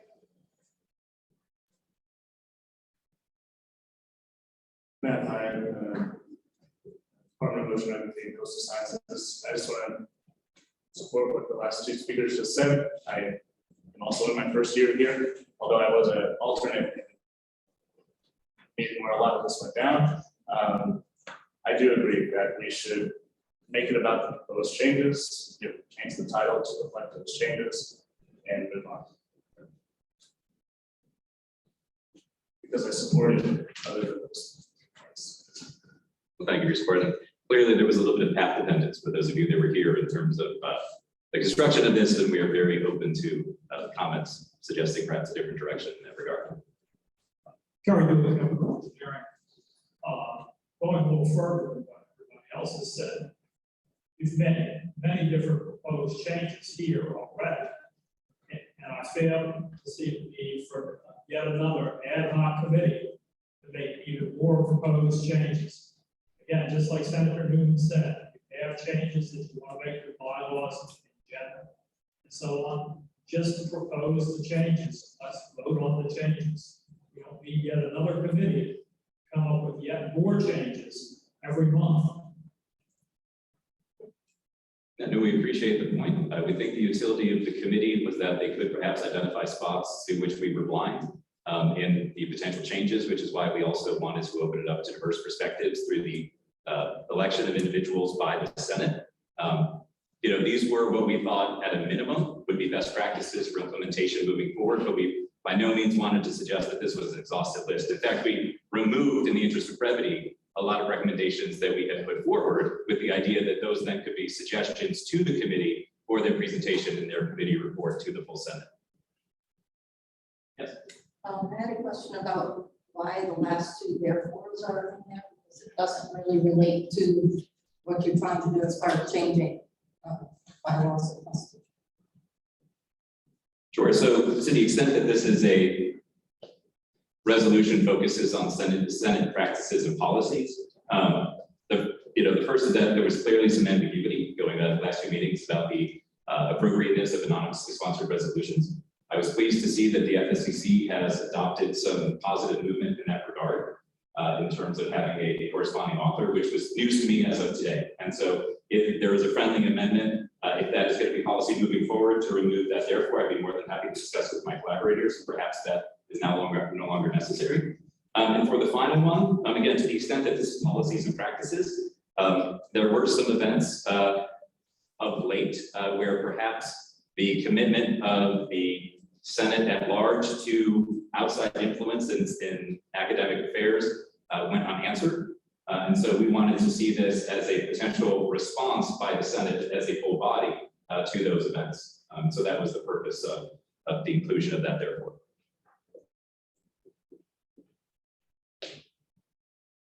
So a question about efforts to constrain faculty voices for academic freedom in any way.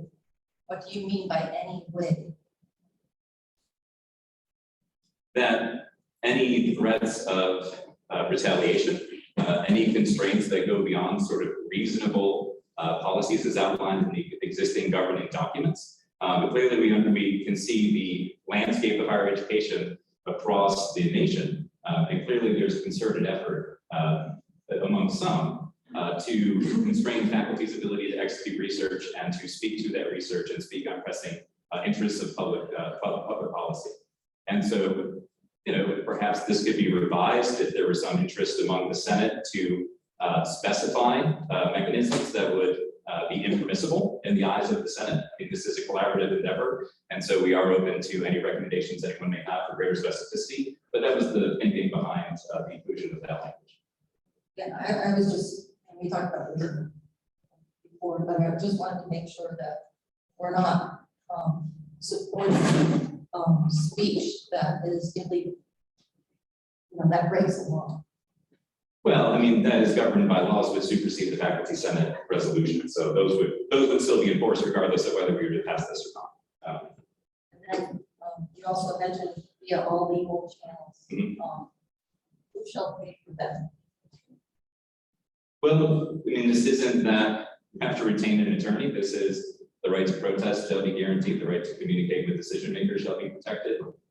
And if one suggests that they are interested in retaining counsel, that is a possibility. Additionally, I do want to point out that there is a permanent memorandum that does delineate the process for retaining outside counsel for units at LSU. And so if the Senate were to decide that it wanted to pursue a legal course of action, there is potential remediation for that concern using the resources of the institution. So were that to be a legal channel that the Senate wished to pursue, that could be one potential alternative. So now I'm drawing my attention to the last therefore, as another reason I can't support this particular resolution. To affect these positive changes, pick one. Number two, timeline. Do you need to make these editorial judgments in order to pass a resolution to affect that change? And further, it seems rather minor. You could just ask the faculty Senate president to start enforcing those without making any amendments about the comments and what's going on. So you mix positive changes, some of which I can personally support, with these innuendos about behavior. And the last one is insulting. Sorry, the last whereas or the last therefore? The last step. I haven't been constrained to speak.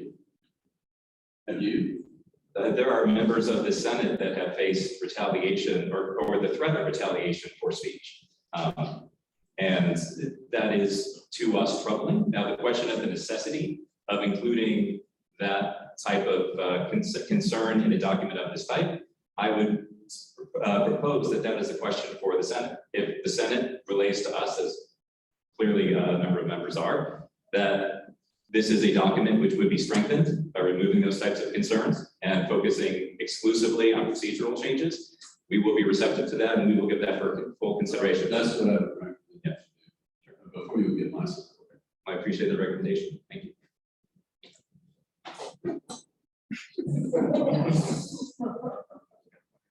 Okay, Scott Aldridge, Matt, again. Oh, yes.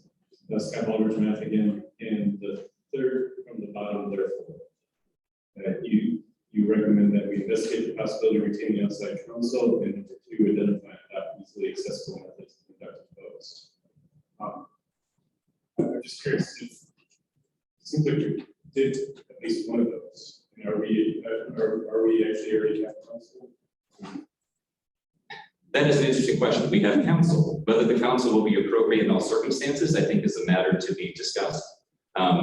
Because we are a faculty senate, which represents faculty interests among the broader institution of LSU.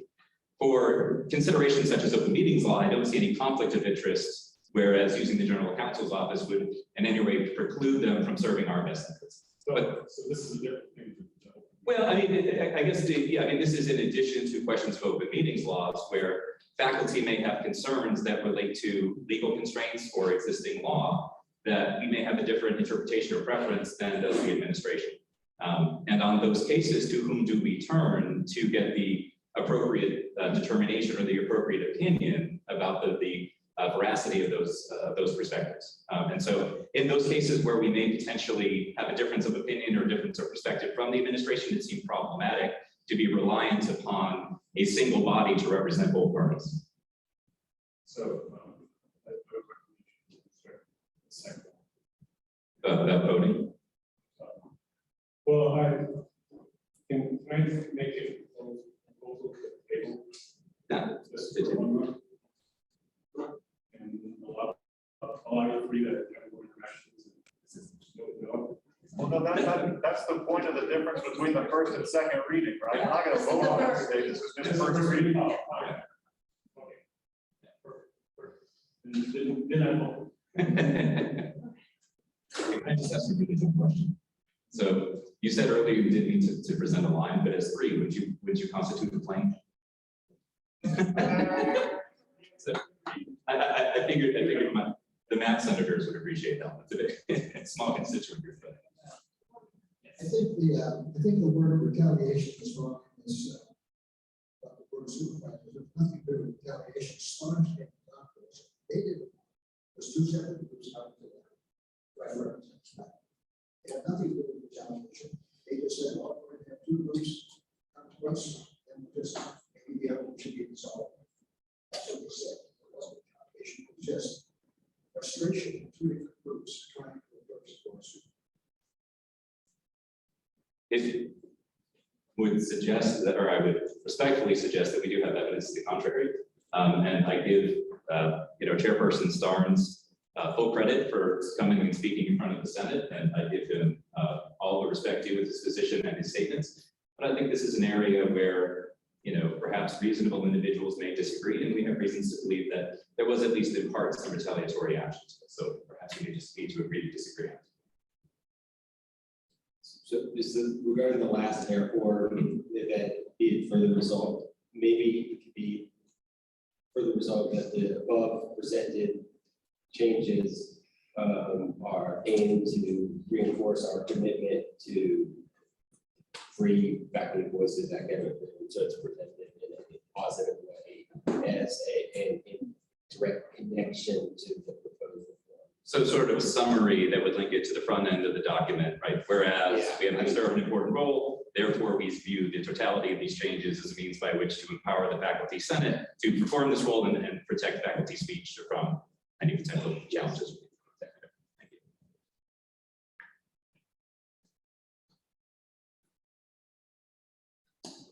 Additional discussion? Yeah. Yeah, of course. By all means.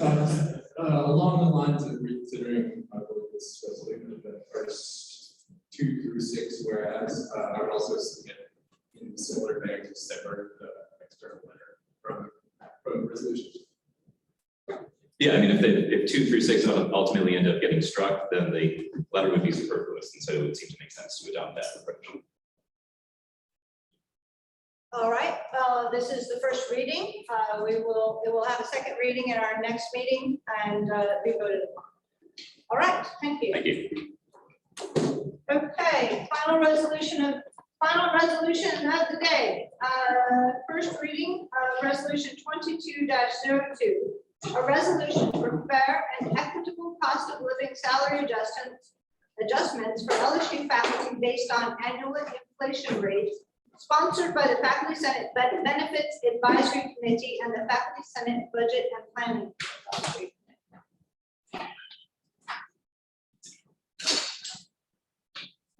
Who will be reading this one?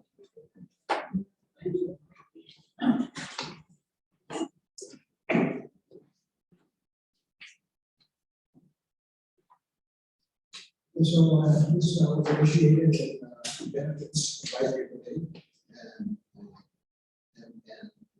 after revisions, it was also looked at by the Budget Committee and input from both committees. And so, whereas faculty raises are classified as merit raises, and whereas these merit raises have not been awarded every year since 7 years and no faculty raise at all. Whereas since 1975, the Social Security Administration has included cost of living adjustments annually for all recipients, and where merit raises given to LSU faculty since 2005, and the yearly SSA full are the full list there.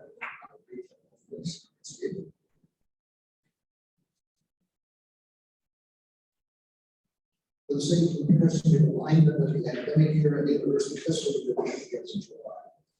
Whereas, for example, faculty that earned $60,000 in 2005 received their own scheduled merit raises in full would be earning $8,604. While the SSA core adjusted $60,000 salary would be $82,211, showing that the merit raises lag the cost of living adjustments. Whereas providing an annual cost of living adjustment would maintain a baseline of adequate compensation for faculty that would make true merit raises possible. Whereas due to the erratic scheduling of merit raises, the real time of the faculty salary determined by the higher date, producing an inequitable compensation structure. Whereas categorizing cost of living adjustments as merit raises can have numerous negative effects on faculty morale. Whereas lack of true merit raises as cost of university value faculty will get higher salaries because of their expertise at other institutions. Whereas from LSU recruit, maintain excellent faculty, excellent students, salaries must be competitive both with our regional peers and with our current peer institution. Whereas to provide student experience in state service before university, we must have faculty with national and international reputations, where compensation adequate people can be so fast. Where Social Security Administration has applied a 5.9% for 2022, meaning that without a raise in 2022, faculty merit rates would be further valued in real terms. Therefore, be it resolved that the university include 5.9% COLA for faculty in fiscal year 2023 university budget, recommended by the president of LSU and the board of supervisors of the state legislature. Be it further resolved that for the 2022-23 academic year and beyond, the president recommended annual cost of living adjustment for all faculty based on the Social Security Administration goal.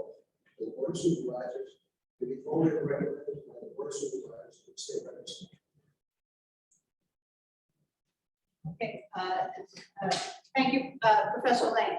Is there a motion to enter this resolution into discussion? All right, Senator Del Piero, and a second, Professor Mama. Okay, open for discussion. Yes. Sorry. Sorry to talk on two pictures in a row. My chair asked me to put this up, so finally said it was but there were questions when we were discussing this was, should this extend and should we show solidarity with other employees that are not on faculty tracks? So, our administrative staff, maintenance staff, et cetera.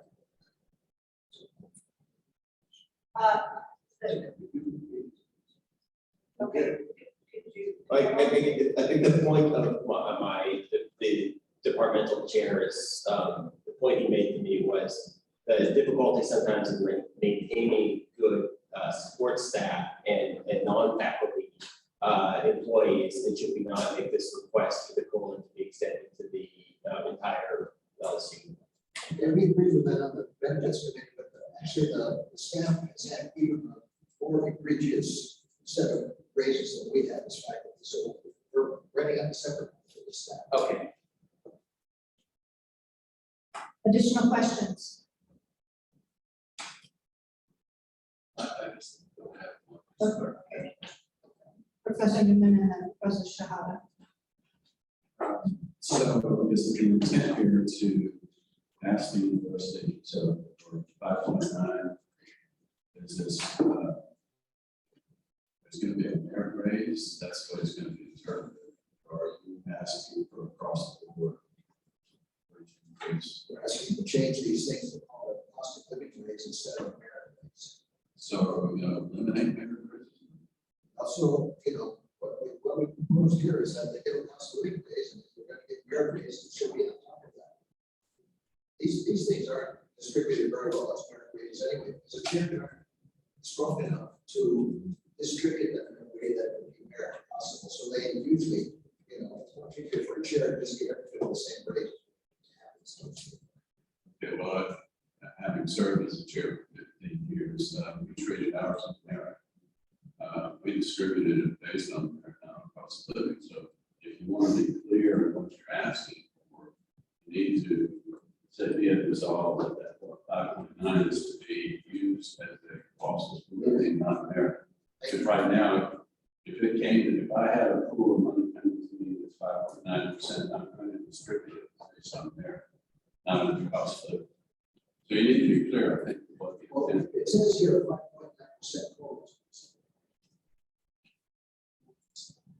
I'm on the committee, so I want to just respond to that one. When we did put 5.9 as a goal in that be resolved, just so that we were trying to be clear that this wasn't cost of living, definitely not to be considered a merit raise.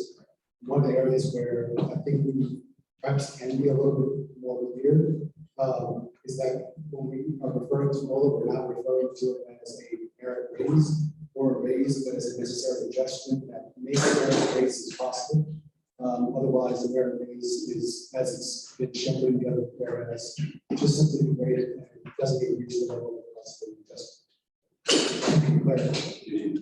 You have some recommendation, just email. He asked me. I'll talk to you. Edward from HSS.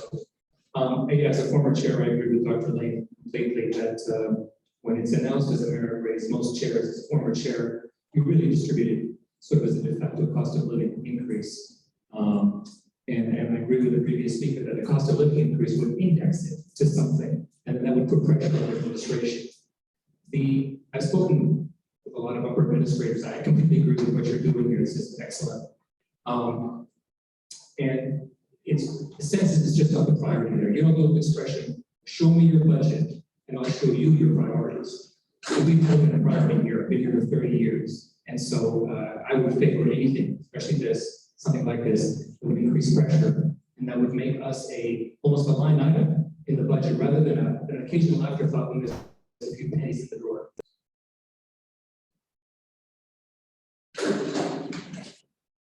Professor Madden.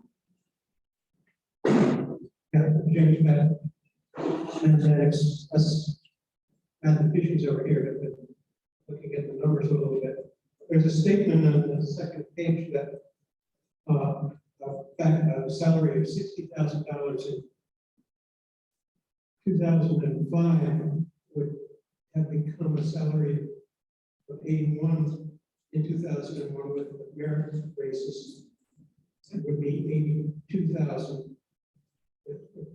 COLA, I guess.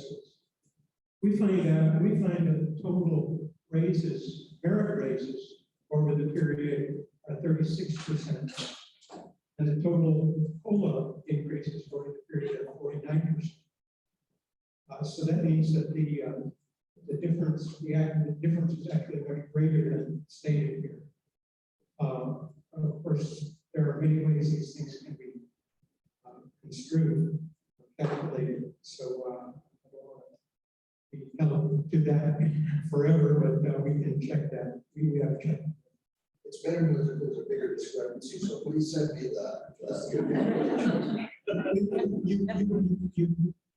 If you've got a 2% raise, you multiply your current amount by 1.02.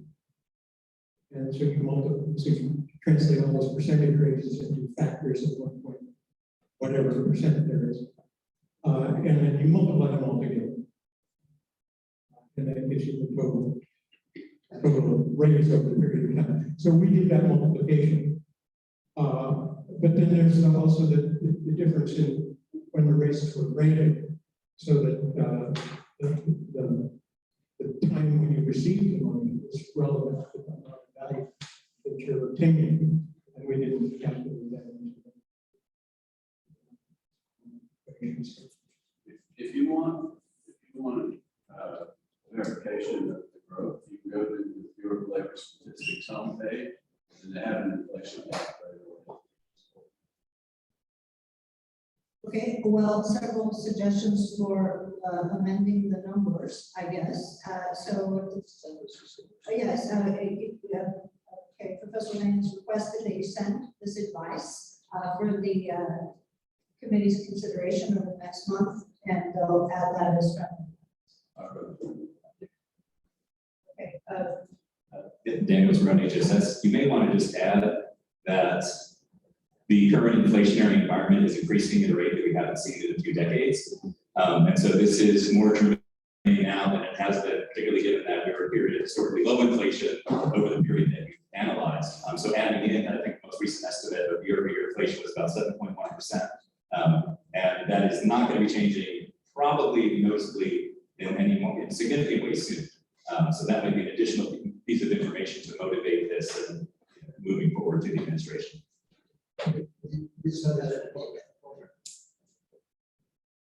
Professor Dillon? I just want to make a comment, and that's, I'm sure this is going to garner complete support, but going forward, Professor Shahada's point is probably what's on point that made. We've got to become part of the line item for the budget, and in order to do that, that's going to be extremely hard to do. In order to do that, it's probably incumbent on faculty senate to start thinking about cuts that can be made in other parts of the university. That's the real rub. I mean, in order for us to get the appropriate cost of living adjustments, we're going to have to cut something else. Because the legislature is not going to give us, especially in this inflationary environment, the legislature is not going to keep us up with inflation. Okay, just pass it forward. Perhaps for the amendment to form of the committee of the.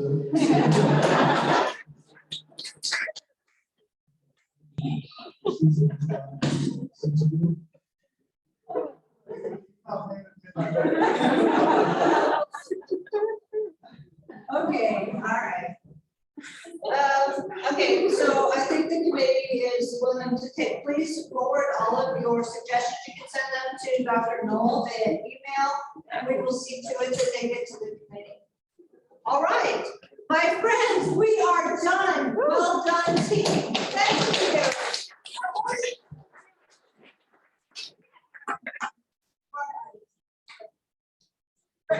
Hopefully,